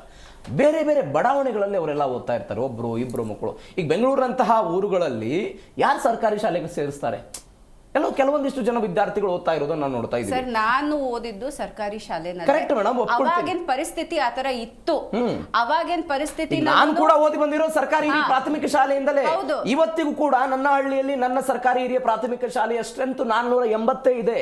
ಇದು ಗಮನಿಸಬೇಕಾದ ಸಂಗತಿ. ಪ್ರೈವೇಟ್ ಸ್ಕೂಲ್ ಇಲ್ವಾ ಸರ್? ಇದಾವೆ. ಆದ್ರೂ ಸರ್ಕಾರಿ ಶಾಲೆ ಇದೆ ಅಂತಂದ್ರೆ ಅಲ್ಲಿ ಡೆವಲಪ್ಮೆಂಟ್ ಇದೆ. ಬೆಂಗಳೂರು ಇಷ್ಟು ದೊಡ್ಡ ನಗರಿ, ಆದ್ರೆ ಸರ್ಕಾರಿ ಶಾಲೆಯ ಪರಿಸ್ಥಿತಿ ನೋಡಿ. ಓಕೆ, ಇಲ್ಲಿ ಇನ್ನೂ ಚೆನ್ನಾಗಿರ್ಬೇಕು, ನಿಮ್ ಹಳ್ಳಿನಲ್ಲೇ ಚೆನ್ನಾಗಿದೆ ಅಂತಾರೆ, ಇಲ್ಲಿ ಇನ್ನೆಷ್ಟು ಚೆನ್ನಾಗಿರ್ಬಾರ್ದು. ಓಕೆ, ಬಟ್ ಆ ಗುಣಮಟ್ಟ ಕೆಳಗ್ ಬಿದ್ದು ಹೋಗಿದೆ. ಫಸ್ಟ್ ಅದನ್ನೆಲ್ಲ ಕರೆಕ್ಟ್ ಮಾಡ್ಕೊಂಡು ನಮ್ ವಿಶ್ವಾಸ ಗಳಿಸ್ಲಿ, ಪೋಷಕರ ವಿಶ್ವಾಸ. ಆಮೇಲೆ ಇವ್ರು ಮಾಡಿ ವಿಶ್ವಾಸ ಅನ್ನೋದಕ್ಕೆ ಪ್ರತಿ ವರ್ಷನೂ SSLC ಫಲಿತಾಂಶ ಬಂದಾಗ ಸರ್ಕಾರಿ ಶಾಲೆ ವಿದ್ಯಾರ್ಥಿಗಳೇ ಹೈಯೆಸ್ಟ್ ಇರ್ತಾರೆ. ಸರ್, SSLC ಫಲಿತಾಂಶ ಪಾಸ್ ಪರ್ಸೆಂಟೇಜ್, ಪಾಸ್ ಮಾರ್ಕ್ಸ್ ಇಳಿಸಿದ್ದಾರೆ. ಓಕೆ, ಅಲ್ಲಿ ಏನಂತಾರೆ ಕ್ವಾಲಿಟಿ ಎಜುಕೇಶನ್ ಅಥವಾ ಒಂದು ಬೇಸಿಕ್ ಕಟ್ ಆಫ್ ಕಡಿಮೆ ಮಾಡಿದ್ದಾರೆ. ಓಕೆ, ಅದೇನು ಐ ಡೋಂಟ್ ನೋ, ಅದೇ ಖುಷಿ ಪಡ್ಬೇಕು ಅಥವಾ ಚಿಂತೆ ಮಾಡ್ಬೇಕು. ಇದು ಯಾವ್ದೋ ಒಂದು ವಿಷಯನ ತುಂಬಾ ದೊಡ್ಡದಾಗಿ ತೋರ್ಸೋದಕ್ಕೆ ಹಲವಾರು ಬೇರೆ ಬೇರೆದನ್ನ ಕಟ್ ಮಾಡ್ಕೊಂತ ಬಂದಿದ್ದಾರೆ. ಬಟ್ ಫೌಂಡೇಶನ್ ನ ಹೀಗೆ ಎಲ್ಲಾನು ಕಟ್ ಮಾಡ್ತಾ ಹೋದ್ರೆ ಕಟ್ಟಡ ಬಿದ್ದು ಹೋಗುತ್ತೆ. ಹೇಮಂತ್ ಕುಮಾರ್ ಸರ್, ಕೆಳ ಪ್ರಾಥಮಿಕ ಹಂತದಲ್ಲಿ ಈಗ ಸದ್ಯಕ್ಕಿರುವಂತಹ ವ್ಯವಸ್ಥೆಗಳ ಪೈಕಿ ಕೆಳ ಹಂತದ ಪ್ರಾಥಮಿಕ ಶಾಲೆಯಲ್ಲಿ ಡ್ರಾಪ್ಔಟ್ ಮಾಡುವಂತಹವರ ಪ್ರಮಾಣ 2.50 ಅಷ್ಟಿದೆ ಇಡೀ ರಾಜ್ಯದಂತ. ಹಿರಿಯ ಪ್ರಾಥಮಿಕ ಶಾಲೆಗೆ ಹೋಗುವಾಗ ಡ್ರಾಪ್ಔಟ್ ಮಾಡುವಂತಹವರ ಪ್ರಮಾಣ 2.91ರಷ್ಟಿದೆ. ಹೈಸ್ಕೂಲ್ ಶಿಕ್ಷಣಕ್ಕೆ ಹೋಗುವಂತಹ ಸಮಯದಲ್ಲಿ ಡ್ರಾಪ್ಔಟ್ ಮಾಡುವಂತಹ ವಿದ್ಯಾರ್ಥಿಗಳ ಪ್ರಮಾಣ 22.88ರಷ್ಟಿದೆ. ಇದಕ್ಕೆ ಕಾರಣ ಒನ್ಸ್ ಅಗೇನ್ ನಾನು ಆವಾಗಲೇ ಉಲ್ಲೇಖ ಮಾಡಿದ ಹಾಗೆ ಕಿರಿಯ ಪ್ರಾಥಮಿಕ ಶಾಲೆ ಮತ್ತು ಹಿರಿಯ ಪ್ರಾಥಮಿಕ ಶಾಲೆ ಸಹಜವಾಗಿ ಎಲ್ಲ ಗ್ರಾಮಗಳಲ್ಲೂ ಕೂಡ ಇದ್ದೇ ಇರುತ್ತೆ. ಪ್ರೌಢ ಶಿಕ್ಷಣಕ್ಕಾಗಿ ಬೇರೊಂದು ಗ್ರಾಮಕ್ಕೆ, ಬೇರೊಂದು ನಗರಕ್ಕೆ ಹೋಗಬೇಕಾಗಿರುವ ಕಾರಣಕ್ಕಾಗಿ ಈ ಡ್ರಾಪ್ಔಟ್ನ ಪ್ರಮಾಣ ಇವತ್ತಿನ ತನಕವೂ ಕೂಡ ಕಿರಿಯ ಮತ್ತು ಹಿರಿಯ ಪ್ರಾಥಮಿಕಕ್ಕೆ ಕಂಪೇರ್ ಮಾಡಿದಾಗ ಜಾಸ್ತಿ ಇದೆ ಅನ್ನುವಂಥ ವಿಶ್ಲೇಷಣೆಗೆ ಬರ್ತಾ ಇದೆ. ಇದೀಗ ಒನ್ಸ್ ಅಗೇನ್ KPSC ಶಾಲೆಗಳು ಇದು ಒಂದು ಗ್ರಾಮಕ್ಕೊಂದು ಇರೋದಿಲ್ಲ, 3-4 ಕಿಲೋಮೀಟರ್ ಅಂತರಕ್ಕೊಂದು ಶಾಲೆಗಳು ಹೋಗುತ್ತೆ. ಈ ಪ್ರಮಾಣ ಮತ್ತಷ್ಟು ಹೆಚ್ಚಳ ಆಗುತ್ತಾ? ಇವಾಗ ನಾವು ಯಾವುದೇ ಒಂದು ಹೊಸ ನಿಯಮ ಮಾಡಿದಾಗ ವಿರೋಧ ಮಾಡ್ತಾರೆ ಅಂತಾರೆ. ನಾವು ಹಿಂದಿನ ಅನುಭವನ ಇಟ್ಕೊಂಡು ಮುಂದಿನ ಯೋಜನೆ ಮಾಡಬೇಕು. ಇವಾಗ ಆಲ್ರೆಡಿ ಇದೆ, ಈ ಕೇಂದ್ರ ಸರ್ಕಾರದ್ದು ಕೇಂದ್ರೀಯ ವಿದ್ಯಾಲಯ ಇದೆ, PM ಶ್ರೀ ಶಾಲೆ ಇದೆ. ಅದನ್ನ ಹೆಸರು ಚೇಂಜ್ ಮಾಡ್ತೀನಿ ಅಂತ ಹೇಳ್ತಾರೆ. ಇವರಿಗೂ ಕೇಂದ್ರ ಸರ್ಕಾರದವ್ರದ್ದೇ ಇದೆ ಬಂದಿದೆ. ಹೆಸರು ಚೇಂಜ್ ಮಾಡಿದ್ರೆ ಏನು ಬದಲಾಗಲ್ಲ ಸರ್, ಎಜುಕೇಶನ್ ಗುಣಮಟ್ಟ ಬದಲಾಗಲ್ಲ. ಆಮೇಲೆ ನವೋದಯ ಆಯ್ತು, ಕೇಂದ್ರೀಯ ವಿದ್ಯಾಲಯ ಆಯ್ತು, PM ಶ್ರೀ ಆಯ್ತು. ಅದೇ ರೀತಿ ಕರ್ನಾಟಕದಲ್ಲಿ ಮೊರಾರ್ಜಿ ದೇಸಾಯಿ ಇದೆ, ಕಸ್ತೂರಿಬಾ ವಸತಿ ಶಾಲೆ ಅಂತ ಹೆಣ್ಮಕ್ಳದಿದೆ. ಅದನ್ನ ಆಯ್ತು ಮಾಡಿದಿರಲ್ವಾ, ಮಾಡಿದಿರಲ್ವಾ. ಅದರಲ್ಲಿ ಎಷ್ಟು ಮಟ್ಟಿಗೆ ಗುಣಮಟ್ಟ ಇದೆ, ವ್ಯವಸ್ಥೆ ಇದೆ, ಅದನ್ನು ನಾವು ನೋಡ್ಕೊಬೇಕು. ಒಂದು ಇನ್ನೊಂದು, ಪ್ರತಿ 2 ಹಳ್ಳಿಗೆ ಒಂದೊಂದು ಸರ್ಕಾರಿ ಶಾಲೆ ಇತ್ತು. ಅದು ಪೂರ್ಣ ಪ್ರಮಾಣದಲ್ಲಿ ಆಗಬೇಕು ಅನ್ನೋದ್ರೊಳಗಡೆ ಈ ಪ್ರೈವೇಟ್ ಖಾಸಗಿ ಇದರದ್ದು ಒಳ್ಳೆ ಶಿಕ್ಷಣಕ್ಕೆ ಮಹತ್ವ ಇದೆ, ಇವಾಗ ಬೇಡಿಕೆ ಇದೆ, ನಾವು ಪ್ರೈವೇಟ್ ಶಾಲೆ ಶುರು ಮಾಡಿದ್ರೆ ಒಳ್ಳೆ ಹಣ ಮಾಡ್ಬೋದು, ಇದೊಂದು ಉದ್ದಿಮೆ ಆಗಿ ರೂಪಿಸ್ಕೊಂಡ್ರು. ಆವಾಗ ಪ್ರೈವೇಟ್ ಸ್ಕೂಲ್ಗೆ ಲೈಸೆನ್ಸ್ ಜಾಸ್ತಿ ಸಿಗ್ತಾ ಇದೆ, ಪ್ರೈವೇಟ್ ಸ್ಕೂಲ್ ಬೆಳೀತಾ ಇದೆ, ಸರ್ಕಾರಿ ಶಾಲೆನ ಮುಚ್ಚುತ್ತಾ ಇದ್ದಾರೆ. ಸರ್ಕಾರಿ ಶಾಲೆ ನೋಡಿ, ಇವಾಗ ಒಂದು ಉದಾಹರಣೆ ಕೊಡ್ತೀನಿ. ಪ್ರೈವೇಟ್ ಸ್ಕೂಲ್ದು 60% ಇದಿದೆ, ಏನು ದಾಖಲಾತಿ ಇದೆ, 60%. ಆದರೆ ನಮ್ಮ ದೇಶದಲ್ಲಿ ಸರ್ಕಾರಿ ಶಾಲೆ ಇರೋದು 80% ಇದೆ, ಪ್ರೈವೇಟ್ದು ಬರೀ 20% ಇದೆ. ಓಕೆ, ಆದರೆ ಅವ್ರ ದಾಖಲಾತಿ ಜಾಸ್ತಿ ಆಗ್ತಾ ಹೋಗ್ತಾ ಇದೆ, ಸರ್ಕಾರಿ ಶಾಲೆಗೆ ಸೇರ್ತಕ್ಕಂಥ ಮಕ್ಕಳ ಸಂಖ್ಯೆ ಕಡಿಮೆ ಆಗ್ತಾ ಇದೆ.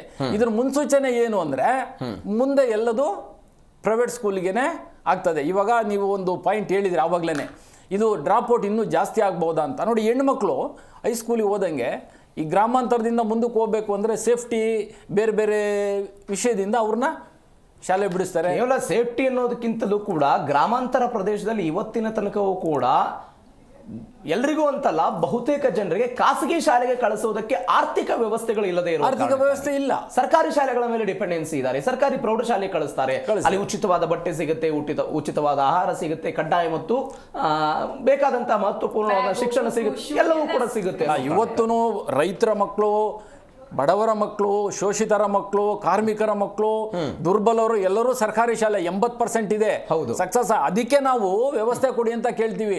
ಏನು ಪ್ರೈವೇಟ್ ಶಾಲೆನಲ್ಲಿ ಏನು ವ್ಯವಸ್ಥೆ ನೀವು ಕೊಡ್ತಾ ಇದ್ದೀರಾ, ಮಾಡ್ತಾ ಇದ್ದಾರೆ ಅವರು ಪ್ರೈವೇಟ್ ಶಾಲೆಯವರು, ಅದೇ ವ್ಯವಸ್ಥೆ ಸರ್ಕಾರಿ ಶಾಲೆಗೆ ಕೊಟ್ಟು ಮಾಡಿ.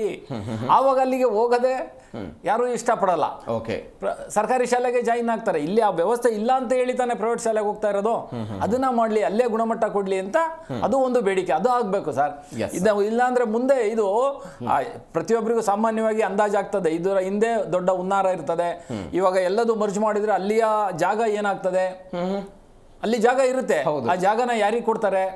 ಮುಂದೆ ಇದರ ನಿರ್ವಹಣೆ ಯಾವ್ದಾದ್ರು ಸಂಘ ಸಂಸ್ಥೆಗೆ ಕೊಟ್ಬಿಡ್ಬೋದು ನಿರ್ವಹಣೆ ಮಾಡೋದಕ್ಕೆ. ಅದು ಇದರಲ್ಲಿ ಆದೇಶದಲ್ಲಿ ಇರ್ಬೋದು, ಗೊತ್ತಿಲ್ಲ. ಅದನ್ನ ಸರ್ಕಾರ ಕ್ಲಿಯರ್ ಮಾಡಬೇಕು. ಯಾಕೆಂದ್ರೆ ಮುಂದೆ ಆ ರೀತಿ ಮಾಡಿದಾಗ ಯಾರೂ ಶಾಲೆಗೆ ಹೋಗೋಕ್ಕಾಗಲ್ಲ. ಫೀಸ್ ಜಾಸ್ತಿ ಮಾಡ್ತಾರೆ ಅವರು, ನಿಧಾನಕ್ಕೆ ಫೀಸ್ ಜಾಸ್ತಿ ಮಾಡ್ತಾರೆ, ಡೊನೇಷನ್ ಫಿಕ್ಸ್ ಮಾಡ್ತಾರೆ. ಇವಾಗ ಪ್ರೈವೇಟಿಗೆ ಕೊಟ್ಟಾಗ ಏರ್ಪೋರ್ಟ್, ರೈಲ್ವೆ ಪ್ಲಾಟ್ಫಾರ್ಮ್ ಟಿಕೆಟ್ ಎಲ್ಲ ಹೆಂಗೆ ಜಾಸ್ತಿ ಆಗುತ್ತೆ, ಅದೇ ರೀತಿ ಇದೂ ಆಗ್ತದೆ. ಅದ್ರ ಬಗ್ಗೆನೂ ನಾವು ಗಮನ ಹರಿಸ್ಬೇಕು. ಇವಾಗ ಪ್ರೆಸೆಂಟ್ ಚೆನ್ನಾಗಿದೆ, ನಾವು ಓಕೆ ಅಂತ ಅನ್ಬೋದು. ಮುಂದೆ ಬರೋನು ನಮಗೆ ಇದನ್ನ ಶಾಲೆಗಳನ್ನ ನಿರ್ವಹಣೆ ಮಾಡೋಕ್ಕಾಗಲ್ಲ, ಯಾವುದಾದ್ರೂ ಒಂದು ಕಂಪ್ನಿಗೆ ಕೊಡ್ತೀವಿ ಅಂದರೆ ಅವನು ಅದಕ್ಕೆ ನಿರ್ವಹಣೆ ಮಾಡ್ತಾನೆ. ಆಗ ಸರ್ಕಾರದ್ದು ಬಡ ಮಕ್ಕಳಿಗೆ, ಬಡವರಿಗೆ ಶಾಲೆಗೆ ಹೋಗಕ್ಕೆ ಆಗಲ್ಲ. ಈ ರೀತಿ ವ್ಯವಸ್ಥೆ ಆಗಬಾರ್ದು. ಅಮೀನ್ ಸರ್, ಒಬ್ಬ ಕೌನ್ಸಿಲರ್ ಆಗಿ ಶಿಕ್ಷಕರಿಗೆ ತರಬೇತಿ ಕೊಡುವಂತಹ ವಿಚಾರಕ್ಕೆ ಸಂಬಂಧಪಟ್ಟಂತೆ ನಾನು ಆವಾಗಲೇ ಉಲ್ಲೇಖ ಮಾಡಿದಾಗ RTE ಕಾಯ್ದೆ ಹೇಳುತ್ತೆ 30 ಜನ ವಿದ್ಯಾರ್ಥಿಗಳಿದ್ದರೆ ಆ ಶಾಲೆಯಲ್ಲಿ ಒಬ್ಬ ಶಿಕ್ಷಕರಿರಬೇಕು ಅನ್ನೋದೊಂದು ನಿಯಮ ಇದೆ. ಆ ಕೊರತೆ ಈಗಲೂ ಕೂಡ ನಾವು ದೊಡ್ಡ ಮಟ್ಟದಲ್ಲಿ ಕಾಡ್ತಾ ಇದ್ದೀವಿ. ಇದು ಒಂದು ಭಾಗ. ನೀವು ಎರಡನೇದು ನಾನು ಆವಾಗಲೇ ಉಲ್ಲೇಖ ಮಾಡಿದಾಗೆ ಶಾಲೆಗಳ ಮರ್ಜ್ ಆದಾಗ, ಶಾಲೆಗಳ ವಿಲೀನ ಆದಾಗ ಒಂದು ಗ್ರಾಮದ ವಿದ್ಯಾರ್ಥಿಗಳು ಆ ಶಾಲೆಗೆ ಹೋಗ್ತಾರೆ, ಮತ್ತೊಂದು ಗ್ರಾಮದ ವಿದ್ಯಾರ್ಥಿಗಳು ಬರ್ತಾರೆ. ಈಗ ಉದಾಹರಣೆಗೆ 10th ಕ್ಲಾಸ್ ಅಂತ ತೆಗೆದುಕೊಂಡಾಗ ಒಂದು ಗ್ರಾಮದ 30 ಜನ ವಿದ್ಯಾರ್ಥಿಗಳು ಬಂದರೆ ಮತ್ತೊಂದು ಗ್ರಾಮದಿಂದ 30 ಜನ ವಿದ್ಯಾರ್ಥಿಗಳು ಬರ್ತಾರೆ. ಅಲ್ಲಿ 60 ಆಯಿತು. ಒಂದು ತರಗತಿಯ ಸ್ಟ್ರೆಂತ್ ಜಾಸ್ತಿ ಆದಂತಹ ಸಮಯದಲ್ಲಿ ಅದಕ್ಕೆ ತಕ್ಕನಾದಂಥ ಇಬ್ಬರು ಶಿಕ್ಷಕರ ನೇಮಕಾತಿ ಆಗಬೇಕಲ್ವಾ? ಅಲ್ಲಿ ಆಗಬೇಕು. ಇಬ್ಬರು ಶಿಕ್ಷಕರ ನೇಮಕಾತಿ ಆಗಬೇಕು. ನೀವು 30 ಜನ ವಿದ್ಯಾರ್ಥಿಗಳಿದ್ದಾಗ ಆ ಸ್ಟೂಡೆಂಟನ್ನು ಕೇರ್ ಮಾಡುವ ರೀತಿ ಬೇರೆ ಇರುತ್ತೆ. 60 ಜನ ಆದಾಗ ಆ ಕೇರ್ಲೆಸ್ ಆಗ್ಬಿಡುತ್ತೆ ಅನ್ನುವಂಥ ಆತಂಕ ಪೋಷಕರದ್ದಿದೆ. Exactly sir. ಈ ಡಿಸ್ಕಷನಲ್ಲಿ ಏನು ನೋಡ್ತಿದ್ದೀನಿ ಅಂದರೆ, ಮುಖ್ಯವಾಗಿ ಪ್ಲಾನಿಂಗ್ ಗೌರ್ಮೆಂಟ್ ಹೆಂಗೆ ಮಾಡಿದ್ರೆ ಗೊತ್ತಿಲ್ಲ.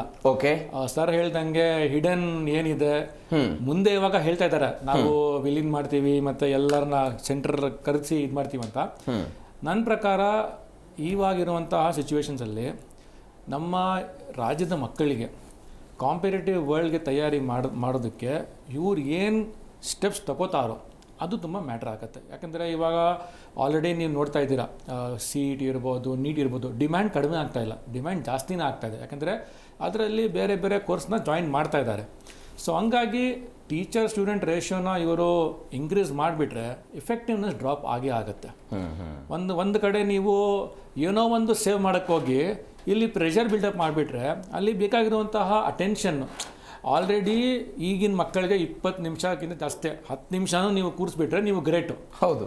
ಆ ಟೀಚರ್ಸ್ಗೆ ಆ ಕೆಪಾಸಿಟಿ ಹ್ಯಾಂಡಲ್ ಮಾಡಿಕೊಂಡು ಟೀನೇಜು ನೀವು ಹೇಳ್ದಂಗೆ ಎಸ್ಪೆಷಲಿ ಹೈಸ್ಕೂಲಲ್ಲಿ ಇವಾಗ ಹುಡುಗರು ಬೇರೆ ಬೇರೆ ಕಡೆ ಜನರಲಿ ಬರೋದು ಫ್ರಮ್ ಸ್ಟ್ರಗ್ಲಿಂಗ್ ಫ್ಯಾಮಿಲೀಸು. ಕರೆಕ್ಟ್. ಅವರು ಬಂದು ಸುಮ್ಮನೆ ಕೂತ್ಕೊಳ್ಳಲ್ಲ. ಓಕೆ, ಕೆಲವೊಂದು ಶಾಲೆಗೆ ನಾವು ಕೇಳಿದ್ದೀವಿ ಸ್ಟೋರೀಸು, ಟೀಚರ್ಸ್ಗೆ ಅವರು ಆವಾಜ್ ಆಗ್ತಾರೆ. ಯಾಕಂದರೆ ನೀವು ಯಾರು ಕೇಳಕ್ಕೆ ನಮಗೆ, ನಾವು ಬರ್ತಾ ಇರೋದು ಬಲವಂತ ಅಂತ. Because they from very poor families. Correct. So government not only infrastructure but capacity building, resource management ನನ್ನ ಪ್ರಕಾರ ಒಂದು ಟಾಸ್ಕ್ ಫೋರ್ಸ್ ಮಾಡಬೇಕು. ನೋಡಿ, ಒಂದು ಪಾಪ್ಯುಲರ್ ಹೋಟೆಲ್ ಬೆಂಗಳೂರಲ್ಲಿ ಅವ್ರ ಮೇಲೆ ಏನೋ ಒಂದು ಇಶ್ಯೂ ಆಯಿತು. ಅವ್ರೇನು ಮಾಡಿದ್ರು, ಲೈವ್ ಕ್ಯಾಮ್ರಾಸ್ ಇಟ್ಬಿಟ್ಟು ವೆಬ್ಸೈಟಲ್ಲಿ ಹಾಕಿಬಿಟ್ರು, ನೋಡ್ರಪ್ಪ ನಮ್ಮ ಹೋಟ್ಲಲ್ಲಿ ನಾವು ಏನು ಮಾಡ್ತೀವಿ ನೋಡ್ಕೊಳ್ಳಿ ನೀವು, 20 ಕ್ಯಾಮ್ರಾ. ಸೊ ಇವ್ರ ಹತ್ರ ಇರುವಂತಹ ಮಾಡೆಲ್ KPS ಶಾಲೆಗಳು ಅಲ್ಲಿ ಏನು ನಡೀತಾ ಇದೆ, ಸರ್ಕಾರಕ್ಕೆ ಏನು ಸರ್ ಲೈವ್ ಸ್ಟ್ರೀಮಿಂಗ್ ಮಾಡೋಕ್ಕೆ, ಆ ಲೈವ್ ಸ್ಟ್ರೀಮಿಂಗ್ ಮಾಡಿಬಿಟ್ಟು ನೋಡಿ ನಮ್ಮ ಸರ್ಕಾರ, ಯಾಕಂದ್ರೆ ನೋಡಿ ಇವರು ಮಾರ್ಕೆಟಿಂಗ್ ಮಾಡಲ್ಲ ಕರೆಕ್ಟಾಗಿ. ಇವಾಗ ಅದು ಹೇಳ್ತಾರಲ್ಲ, nobody wants to be sold but everybody wants to hear to a story ಅಂತ. ಅದು ಮಾರ್ಕೆಟಿಂಗ್ ಫಸ್ಟ್ ಲೆಸನ್ನು. ಇವರು ಮಾಡಿರುವಂತಹ ಒಳ್ಳೆ ಕೆಲಸನ ಪ್ರಮೋಟ್ ಮಾಡಲ್ಲ, ಬರೀ ಒಂದು ಪೇಪರಲ್ಲಿ ದೊಡ್ಡ ಆ್ಯಡ್ ಮಾಡಿಬಿಟ್ರೆ ಇಂಪ್ರೆಷನ್ ಸಿಗಲ್ಲ. ಇವಾಗ ನೀವು ಒಂದು ಕಡೆ ಸರ್ವಿಸಸ್ನ ಬಿಲ್ಡಪ್ ಮಾಡಿ, ರಿಸೋರ್ಸ್ನ ಒಳ್ಳೆ ರೀತಿಯಲ್ಲಿ ಮ್ಯಾನೇಜ್ ಮಾಡಿ, ಎಸ್ಪೆಷಲಿ ಟೀಚರ್ಸ್ನ ನೀವು ಒಂಥರ ಲೀಡರ್ಸ್ ಥರ. ಇವಾಗ ಯೂಟ್ಯೂಬಲ್ಲಿ ನನ್ನ ಮಗಳು ಕೂಡ ಅವಳು ಹೋಗಿ ಸರ್ಚ್ ಮಾಡೋದು ಟೀಚರ್ ಹೆಸರು, ಯಾಕಂದ್ರೆ she likes that teacher who is sitting somewhere in north India. ಇವತ್ತು ಶಿಕ್ಷಕರಿಗಿರುವಂಥ ಕಾರ್ಯವ್ಯಾಪ್ತಿನೇ ಬೇರೆದ್ದಿದೆ ಸರ್, ಕೇವಲ ಪಾಠದ ಮಾತ್ರ ಕೆಲಸ ಇಲ್ಲ ಶಿಕ್ಷಕರಿಗೆ. ಕರೆಕ್ಟ್. ಇಲ್ಲ, ನಾನೇನು ಹೇಳಕ್ಕೆ ಇಷ್ಟಪಡ್ತೀನಿ ಅಂದರೆ, ಇವ್ರ ಹತ್ರ ಐಡಿಯಾಸ್ ಇರುತ್ತೆ, ಆ ಇಂಪ್ಲಿಮೆಂಟ್ ಮಾಡೋಕ್ಕೆ ವಿಲ್ ಇಲ್ಲ. ಅದೇ ನಾನು ನೋಡ್ತಾ ಇರೋದು. ಸರ್ ಜಾಗ ಇದೆ, ಸರ್ ಹೇಳ್ದಂಗೆ ಇವಾಗ ಹಿರಿಯ ಶಾಲೆ ಕಿರಿಯ ಶಾಲೆ ಎಲ್ಲ ಹೋಯ್ತು, ಒಂದು KPS ಆಯಿತು. What is the real estate of that? Correct, ನಮ್ಗೆ ಗೊತ್ತಿಲ್ಲ. ನಾನು ನಿಮ್ಗೆ ಅವಾಗಲೇ ಉಲ್ಲೇಖ ಮಾಡಿದೆ, ಅನೇಕ ಕಡೆಗಳಲ್ಲಿ ಸ್ವತಂತ್ರದ ನಂತರ, ಸ್ವತಂತ್ರ ಪೂರ್ವದಲ್ಲಿ ಕರೆಕ್ಟ್ ಭೂಮಿಯನ್ನ ದಾನ ಮಾಡಿದ್ದಾರೆ ಅನೇಕ ಜನ. ಇವತ್ತಿಗೂ ಕೂಡ ಭೂ ದಾನ ಮಾಡಿರುವವರಿಂದಲೇ ಪ್ರತಿ ಬಾರಿ ಆಗಸ್ಟ್ 15 ಆದಾಗ ಜನವರಿ 26ನೇ ತಾರೀಕಿಗೆ ಅವರ ಕಡೆಯಿಂದ ಧ್ವಜಾರೋಹಣ ಮಾಡಿಸುವಂತ ಪದ್ಧತಿಗಳಿದೆ ಇವತ್ತು.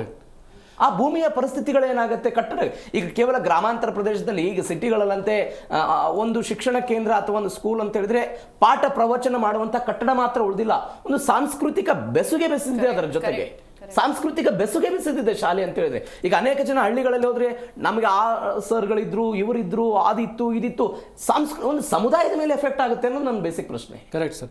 ಸೊ ಅಕೌಂಟಬಿಲಿಟಿ ಬರಬೇಕು ಸರ್, ಟ್ರಾನ್ಸ್ಪರೆನ್ಸಿ ಬರಬೇಕು. ಮತ್ತೆ ಇದ್ದಕ್ಕಿದ್ದಂಗೆ ಪೋಷಕರನ್ನ ಕನ್ಸಲ್ಟ್ ಮಾಡಿದ್ರೆ ಪೋಷಕರಿಗೆ ಆಲ್ರೆಡಿ ಒಂದು ಪ್ಲಾನ್ ಇರುತ್ತೆ, ಒಂದು ವರ್ಷ ಪ್ಲಾನು. ಈ ವರ್ಷ ನಾನು ಇಲ್ಲಿ ಕೆಲಸಕ್ಕೆ ಹೋಗ್ತೀನಿ, ಮಗು ಹಿಂಗೆ ಹೋಗುತ್ತೆ. ನೀವು ಸ್ಟಾರ್ಟಿಂಗ್ ಆಫ್ ದ ಅಕಾಡೆಮಿಕ್ಗೆ ನಾವು ಈ ಥರ ಮಾಡ್ತೀವಿ ಅಂದರೆ ಆಗಲ್ಲ, ಫೇಸ್ಡ್ ಮ್ಯಾನರಲ್ಲಿ ಮಾಡಿ. ಮತ್ತೆ ನನ್ನ ಪ್ರಕಾರ ಟ್ರಾನ್ಸ್ಪರೆನ್ಸಿ ಮತ್ತೆ ಅಕೌಂಟಬಿಲಿಟಿ ಬಂದ್ರೆ ನಮ್ಮ ಸರ್ಕಾರಿ ಶಾಲೆಗಳು ಕೂಡ ಒಳ್ಳೇದಾಗ್ತಾರೆ. ಇವಾಗ ನಾವೆಲ್ಲ ಹೇಳ್ತೀವಿ ವಿ ವೆಂಟ್ ಟು ಸರ್ಕಾರಿ ಶಾಲೆ ಅಂತ, ನಮ್ಮ ಕಾಲ ಬೇರೆದಿತ್ತು. ಇವಾಗ ನಾವು ನಮ್ಮ ಮಕ್ಕಳನ್ನ ಸರ್ಕಾರಿ ಶಾಲೆಗೆ ಸೇರ್ಸಕ್ಕೆ ಯೋಚನೆ ಮಾಡ್ತೀವಿ. ಅದೇ ನೋಡಿ, ಎಲ್ರಿಗೂ ಸರ್ಕಾರಿ ಮೆಡಿಕಲ್ ಕಾಲೇಜ್ ಬೇಕು. ಕರೆಕ್ಟ್. ಎಷ್ಟಿದೆ ಅದು. ಎವ್ರಿಬಡಿ ವಾಂಟ್ಸ್ ಸರ್ಕಾರಿ ಉದ್ಯೋಗ ಬೇಕು, ಸರ್ಕಾರಿ ಮೆಡಿಕಲ್ ಕಾಲೇಜ್ ಬೇಕು. ಆದರೆ ಸರ್ಕಾರಿ ಶಾಲೆಗೆ ಯಾಕಿಲ್ಲ ಅಂದರೆ ಅವರು ಅದನ್ನು ಬೆಳೆಸಿಲ್ಲ. ಅದು ಸರ್ಕಾರ ಮಾಡಬೇಕು, they have to take. Correct. Manvitha madam, RTA ಪ್ರಕಾರ ಇಂಥದ್ದೊಂದು ಶಾಲೆಯನ್ನು ಮುಚ್ಚಬೇಕು, ವಿಲೀನ ಮಾಡಬೇಕು ಅಂತೇಳಿ ಪೋಷಕರ ಅನುಮತಿ ಕಡ್ಡಾಯ ಅಂತ ನಿಯಮ ಹೇಳುತ್ತೆ. ಪೋಷಕರ ವಿರೋಧ ಇತ್ತು ಅಂತ ಹೇಳಿದ್ರೆ ಅದನ್ನು ಸಮಕ್ಷಮವಾಗಿ ಅದರ ಬಗ್ಗೆ ಆಲೋಚನೆ ಮಾಡಬೇಕು ಅಂತ. ಈಗ ಕರ್ನಾಟಕ ರಾಜ್ಯದಲ್ಲಿ ಎಲ್ಲ ಕಡೆಗಳಿಂದಲೂ ಕೂಡ, ಕೇವಲ ಮಲೆನಾಡು ಕರಾವಳಿ ಭಾಗದಂತೆಲ್ಲ, ರಾಯಚೂರಿನಲ್ಲೂ ಕೂಡ ಮೊನ್ನೆ ಪ್ರತಿಭಟನೆ ಮಾಡಿದ್ರು ಶಾಲೆಗಳನ್ನು ಮುಚ್ಚಬಾರದು ಅಂತ. ಚನ್ನಪಟ್ಟಣದ ಪ್ರತಿಭಟನೆ ಇಡೀ ಕರ್ನಾಟಕದಾದ್ಯಂತ ಕಿಚ್ಚನ್ನು ಹೊತ್ತಿಸಿದಂಥ ಚನ್ನಪಟ್ಟಣದ ಪ್ರತಿಭಟನೆ ನೋಡಿದ್ವಿ. ಇವತ್ತು ಪೋಷಕರು ಇದೇ ರೀತಿಯಾಗಿ ಬೀದಿಗಿಳಿದ್ರೆ ಸರ್ಕಾರದ ನಿಲುವು ಬದಲಾಗುತ್ತಾ? ಖಂಡಿತ ಹಿಡಿತೀವಿ ಸರ್, ಹಿಡಿತೀವಿ. ಇವರು ಸಡನ್ ಆಗಿ ವಿಲೀನ ಮಾಡ್ತೀವಿ ಅಂತಂದ್ರೆ ಮಕ್ಕಳು ಅಡ್ಮಿಷನ್ ಇರ್ಬೋದು, ಅಥವಾ ಕೆಲವೊಂದ್ಸಲಿ ಸರ್ ಇದು ಹೇಳಲೇಬೇಕಾಗಿರೋ ಒಂದು ವಿಷಯ, 9-10ನೇ ಕ್ಲಾಸ್ ಮಕ್ಕಳು ಭವಿಷ್ಯ ಮತ್ತೆ ಅವರಿರೋ ಆ stage, it is very crucial. ಅವ್ರ ಇಡೀ ಲೈಫ್ಗೆ, ಅವರೊಬ್ಬರಿಗೆ ಅಲ್ಲ ಇಡೀ ಕುಟುಂಬಕ್ಕೆ. ಆ ಟೈಮ್ನಲ್ಲಿ ಇವ್ರು ವಿಲೀನ ಮಾಡ್ತೀವಿ, ಅದು ಮಾಡ್ತೀವಿ, ಇದು ಮಾಡ್ತೀವಿ ಅಂತಂದರೆ ಆ ಮಕ್ಕಳು ಎಲ್ಲೋ ಒಂದು ಕಡೆ ಟ್ಯೂಷನ್ಗೆ ಸೇರಿರ್ತಾರೆ, ಅಥವಾ ಯಾವುದೋ ಒಂದು ಟೀಚರ್ ಮೇಲೆ ಡಿಪೆಂಡ್ ಆಗಿರ್ತಾರೆ. ಆ ಮಕ್ಕಳಿನ ಮುಂದಿನ ಶಿಕ್ಷಣ ಹೆಂಗಿರುತ್ತೆ? First thing. ಸೆಕೆಂಡು, ಶಾಲೆಗೆ ಹೋಗೋಕ್ಕೆ ಮಕ್ಕಳು ತಯಾರಿದ್ರು ಪೋಷಕರು ಕಳಿಸ್ಬೇಕು. ಪೋಷಕರನ್ನ ಮನಸ್ಸನ್ನ ಅವರು ಒಲಿಸ್ಕೊಬೇಕು. ಏನು ನಮ್ಮ ಮುಂದೆ ಟ್ರಾನ್ಸ್ಪರೆಂಟ್ ಆಗಿ ಇಡ್ದಲೆ ನಾವು ಎಲ್ಲನೂ ಮರ್ಜ್ ಮಾಡ್ತೀವಿ ಅಂತ ಅಂದ್ಬಿಟ್ರೆ ಹೇಗೆ ಇದು? Okay, it is not acceptable. ಅಲ್ಲ, ಅವರೆಲ್ಲ ತೆರೆದೇ ಇಡ್ತಿದ್ದಾರೆ, ತೆರೆದ ಪುಸ್ತಕ ಅಂತಾರೆ. ತೆರೆದಿಟ್ಟಿದ್ದಾರೆ ಸರ್. ಯಾವ ಸ್ಕೂಲ್ ಎಲ್ಲಿ ವಿಲೀನ ಆಗುತ್ತೆ, ಇದರಿಂದ ಆ ಸ್ಕೂಲಿಂದ ಈ ಸ್ಕೂಲ್ಗೆ 2 ಸ್ಕೂಲಿನ ಮಧ್ಯೆ ಡಿಸ್ಟೆನ್ಸ್ ಏನು, ಇದೆಲ್ಲ ಕೊಟ್ಟಿದಾರಾ? ಡೇಟಾ ಕೊಟ್ಟಿದಾರಾ? ಸಡನ್ ಆಗಿ ವಿಲೀನ ಮಾಡ್ತೀವಿ ಅಂತಂದ್ರೆ ಪ್ರಶ್ನೆ ಬರೋದಿಲ್ವಾ? ನಿಮ್ ಮಗುನೇ ಆಗ್ಲಿ ಕಳಿಸ್ಬೇಕಿದ್ರೆ ನೀವು ಅಯ್ಯೋ ಹೀಗ ಅಂತ ಅನ್ಸೋದಿಲ್ವಾ ನಿಮ್ಗೆ? ಅನ್ಸುತ್ತೆ. ಮತ್ತೆ ಸೆಕ್ಯೂರಿಟಿ ಇಲ್ಲ. ಸೆಕ್ಯೂರಿಟಿ ಅಂದ್ರೆ ಬರೀ ಆ ಕಟ್ಟಡದ ಒಳಗಡೆ ಇರ್ಬೋದು ಅಥವಾ ಟ್ರಾನ್ಸ್ಪೋರ್ಟ್ ಇರ್ಬೋದು. Not just that, security of the future, security of staying in that school. ನಾಳೆ ಮಕ್ಕಳು ಬರ್ಲಿಲ್ಲ ಅಂದ್ಬಿಟ್ಟು ಪುನಃ ಇತ್ತೀಚೆಗೆ ಮೇಡಮ್ ನಮ್ಮದೇ ಜೀ ಕನ್ನಡ ನ್ಯೂಸ್ ನಲ್ಲಿ ಒಂದು ಸುದ್ದಿ ಪ್ರಸಾರ ಆಯಿತು. ಒಂದು ಸರ್ಕಾರಿ ಶಾಲೆಯ ಕಟ್ಟಡ, ಆ ಸರ್ಕಾರಿ ಶಾಲೆ ಕಟ್ಟಡ ಸಂಪೂರ್ಣವಾಗಿ ಶಿಥಿಲಾ ವ್ಯವಸ್ಥೆಯಲ್ಲಿ ಹೋಗ್ಬಿಟ್ಟಿದೆ. ಆ ಊರಿನ SDMC ಸದಸ್ಯರು, ಆ ಊರಿನ ಹಿರಿಯರು, ಪೋಷಕರೆಲ್ಲರೂ ಕೂಡ ಸ್ಥಳೀಯ ಮಟ್ಟದ ಶಾಸಕರನ್ನು ಹೋಗಿ ಅಪ್ರೋಚ್ ಮಾಡಿ ಇದಕ್ಕೊಂದು ಕಟ್ಟಡ ಮಂಜೂರಾತಿ ಆಗಬೇಕು, ಇದನ್ನು ಸರಿಪಡಿಸಬೇಕು ಅಂತ ಹೇಳಿ 2 ವರ್ಷಗಳಿಂದಲೂ ಕೂಡ ಮನವಿ ಕೊಟ್ಟಾಗಲೂ ಕೂಡ ಇದುವರೆಗೂ ಕೆಲಸ ಆಗಿಲ್ಲ. ಶಾಲೆ ಆರಂಭ ಆಗಿದೆ, ಅದರಲ್ಲೇ ವಿದ್ಯಾರ್ಥಿಗಳು ಪಾಠ ಕಲಿತಿದ್ದಾರೆ. ಹೌದು ಸರ್, ನೀವು ಅಲ್ಲಿ ದೂರ ಹೋಗೋದು ಬೇಡ, ನಮ್ಮ ಬೆಂಗಳೂರಲ್ಲೇ ಆ ಥರದ್ದು ಎಷ್ಟೊಂದು ಶಾಲೆಗಳಿದೆ. ಶಿಥಿಲಾವಸ್ಥೆಗೆ ಹೋಗಿದೆ, ಚಾವಣಿ ಇಲ್ಲ, ಟೀಚರ್ಸ್ ಇಲ್ಲ, ಕುತ್ಕೊಳಕ್ ಬೆಂಚ್ ಇಲ್ಲ. ಅಲ್ಲಿ ತನಕ ಹೋಗೋದು ಬೇಡ ಸರ್. ಗ್ರಾಮೀಣ ಪ್ರದೇಶದಲ್ಲಿ ಇಷ್ಟು ಸುಮಾರು ಶಾಲೆನಲ್ಲಿ ಟಾಯ್ಲೆಟ್ ಇಲ್ಲ, ಟಾಯ್ಲೆಟ್ ಹೆಣ್ಮಕ್ಳಿಗೆ it is very difficult sir. ಹೆಣ್ಮಕ್ಳಿಗೆ ಒಂದು ಸ್ವಚ್ಛತೆನೂ ಇರಬೇಕು, ಪ್ರೈವಸಿನೂ ಇರಬೇಕು, ಸೇಫ್ಟಿನೂ ಇರಬೇಕು. ಇದು ಏನು ಕೊಡದಲ್ಲೇ ನೀವು ಹೇಳ್ತಾ ಇರೋದು ಸರ್ಕಾರ ಈ ಮೂಲಭೂತ ಸೌಕರ್ಯಗಳನ್ನ ಕೊಡುವ ಬದಲು ಇದರಿಂದ ಮರೆಮಾಚುವುದಕ್ಕೆ KPS ಶಾಲೆಗಳನ್ನು ತರ್ತಿದೆ ಅಂತ ನಿಮ್ಮ ಅನುಭವ? ಮರೆಮಾಚಕ್ಕೂ ಇರ್ಬೋದು. ಫಸ್ಟ್ ಟೈಮ್ ಸರ್, ಆಗ್ಲಿಂದನೂ ಅದನ್ನೇ ಹೇಳ್ತಾ ಇದ್ದೀನಿ, ಫಸ್ಟ್ ಪಬ್ಲಿಕ್ಗೆ ಇನ್ಫಾರ್ಮೇಶನ್ ಬಿಡಿ, ಪೋಷಕರ ಅಭಿಪ್ರಾಯ ತಿಳ್ಕೊಳ್ಳಿ. Are we ready?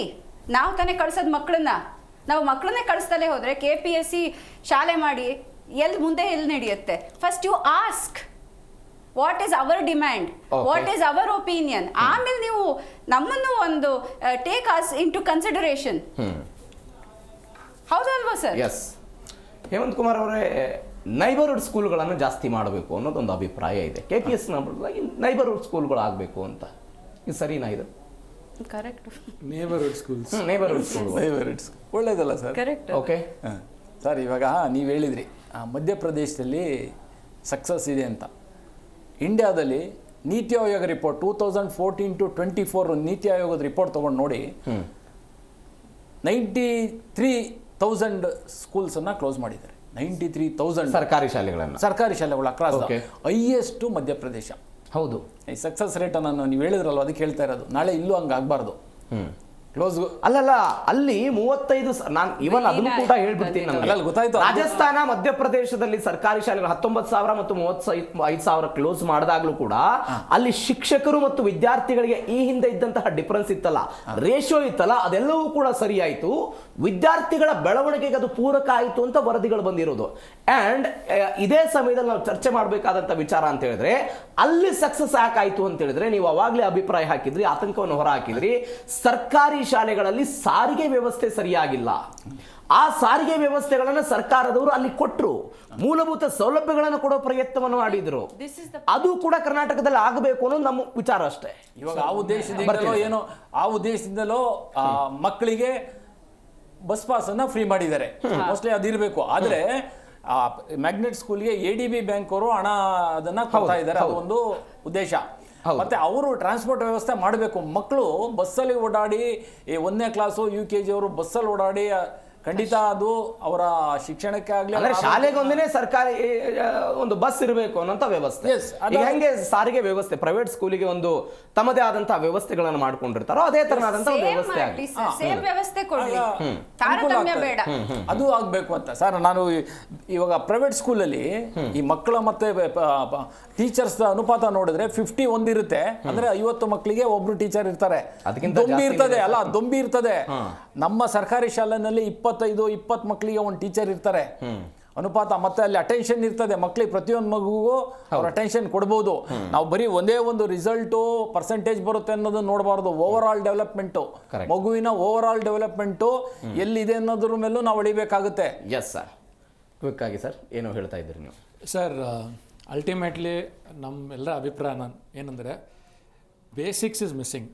ನೀವು ಹೆಡ್ಲೈನ್ಸ್ ಮ್ಯಾನೇಜ್ ಮಾಡೋಕ್ಕೆ KPS ಅಂತ ಬಿಟ್ಬಿಟ್ಟು ನಾವು ಇದನ್ನ ಮಾಡ್ತೀವಿ, ಇದರಿಂದ ಬದಲಾವಣೆ ಬರುತ್ತೆ, ಮತ್ತು ಶಾಲೆಗಳ ವಿಲೀನ ಮಾಡಲೇಬೇಕು ಅಂತ ಮಾಡಿದ್ರೆ ಅದು ಡೆಫಿನೆಟ್ ಆಗಿ ಪಬ್ಲಿಕ್ ಔಟ್ರೇಜ್ ಬರುತ್ತೆ. ನಮಗೆ ಬೇಕಾಗಿರುವಂಥದ್ದು ಸೊಲ್ಯೂಷನ್ಸು. ಇವಾಗ ಮೇಡಮ್ ಹೇಳ್ದಂಗೆ ಅಲ್ಲಿ ಛಾವಣಿ ಇಲ್ಲ, ಟಾಯ್ಲೆಟ್ ಸರಿಯಾಗಿಲ್ಲ ಸರ್. ಅದನ್ನೆಲ್ಲ ಯಾರು ಹೇಳೋದು? ಅದೆಲ್ಲ ಟಾಯ್ಲೆಟ್ ಬಿಡಿ ಸರ್, ಕುಡಿಯೋ ನೀರು ಇಲ್ಲ, ಬೋರ್ವೆಲ್, ಅದನ್ನ ಅಡ್ರೆಸ್ ಮಾಡಿ ಫಸ್ಟ್ ಶಾಲೆಗಳಲ್ಲಿ. ಥ್ಯಾಂಕ್ ಯು ಸೋ ಮಚ್ 3 ಜನರಿಗೂ ಕೂಡ ಇಷ್ಟ ಚರ್ಚೆಯಲ್ಲಿ ಭಾಗವಹಿಸಿದ್ದಕ್ಕೆ.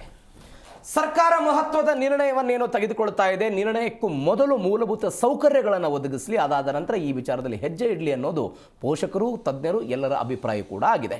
ಸರ್ಕಾರ ಏನು ಮಾಡುತ್ತೆ ಕೇಳಿಸ್ಕೊಂಡು ಸುಮ್ಮನೆ ಈ ಕ್ರಮವನ್ನು ಮುಂದುವರಿಸುತ್ತಾ ಅಥವಾ ಪೋಷಕರು ತಜ್ಞರ ಪ್ರತಿಭಟನೆಗೆ ಮಣದ್ಬಿಡುತ್ತಾ ಕಾದು ನೋಡೋಣ.